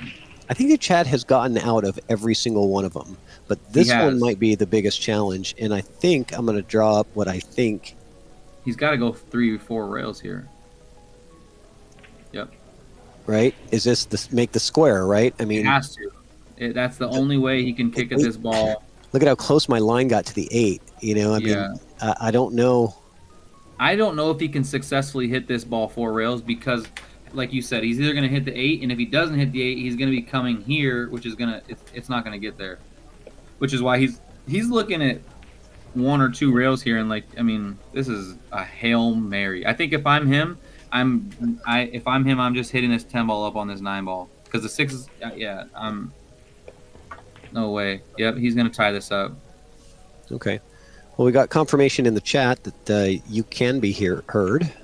So Yep. that's good. Rafael, good to see Rafael in the chat. He's another Portland Beaverton player in here showing some love to his fellow Portlander, or I mean, Morgan's actually from Vancouver, but you know, it's pretty much all the Portland metro area. Yeah, I made that mistake when he was on Chalkbox, and I said, you know, we got a Oregon versus Washington matchup, you know, but and then I was like, oh, that's right, he's from Vancouver, but we, you know, when we live in, you know, in Washington, we think of Vancouver as Portland. So he's going with, is he going to do a 6-10 combo? Yeah, because if you look at the 10 off the rail a little bit, the 6 is going to come off behind the 9 no matter what. Unless that happens. Unless it kisses it and bounces it back in play. I mean, I know why he was looking at that, because the 9 was so difficult, right? To get from the 8 to the 9 with that where the 10 ball was, it was fairly difficult to do. The only thing I don't like about that decision, because I liked it, it was going to cover by the 9. The only thing I didn't like about it is he took a bit of time looking at what he wanted to do, but he did not take very much time once he was down on the ball. Yeah, and this one, all Chad can do is roll forward. Yeah, but take your medicine on the 7. That's all he's got. This shot right here, like the pocketing of the ball is not difficult, but your line wants to cross the 8 like this. Yep. And so you almost have to use outside English to keep it from doing so, and that makes this shot much tougher. Yeah, I kind of like maybe trying to run into the 8 here. Oh, just missed it. You know, because if he just runs into the 8 and just gives it a nudge, he's probably good to either one of those bottom pockets. I think that's what he tried to do, but he ended up literally exactly on my pink line that I had. Yep. And now he's going to play a safe to here. He's going to try to split this gap with the cue ball off this rail here. Okay. The 2-way. Yeah, it was a 2-way. He calls the bank. No, he didn't want the 8 there. Well, that works out, doesn't it? I mean, yeah, but he pointed here because this is not. I mean, I'm not going to pretend like this is easy, but again, you know, when you're playing at this level, you don't want to leave a ball that close to the hole because there's diamond systems and you know there's all sorts of things. Like this is not the most depending on where the 10 is and where the side pocket is. This isn't the most difficult of kicks. Right. And you have actually, because you also have a pretty big landing area, you can get anywhere, you know, in that area, because even you go rail first and the 8's got a chance to go. Exactly. That's why he's upset. He played a good shot. He's just upset with he got it. Yeah, but he didn't make the ball. Good hit from Morgan, but man, this rack has been entertaining, but that might be the last shot of Morgan Joe's tournament here in Lincoln City in the Elite Singles. If Chad takes care of business with these 3 last balls.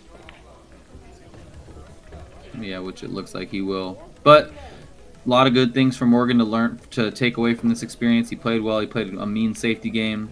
He was a few key balls away from winning this match. You know, if he potted a few more of those key balls late in racks, this match might not even have been that close. Yep, and Chad is a very strong player, and he had him sweating, especially down 4-1. 100%.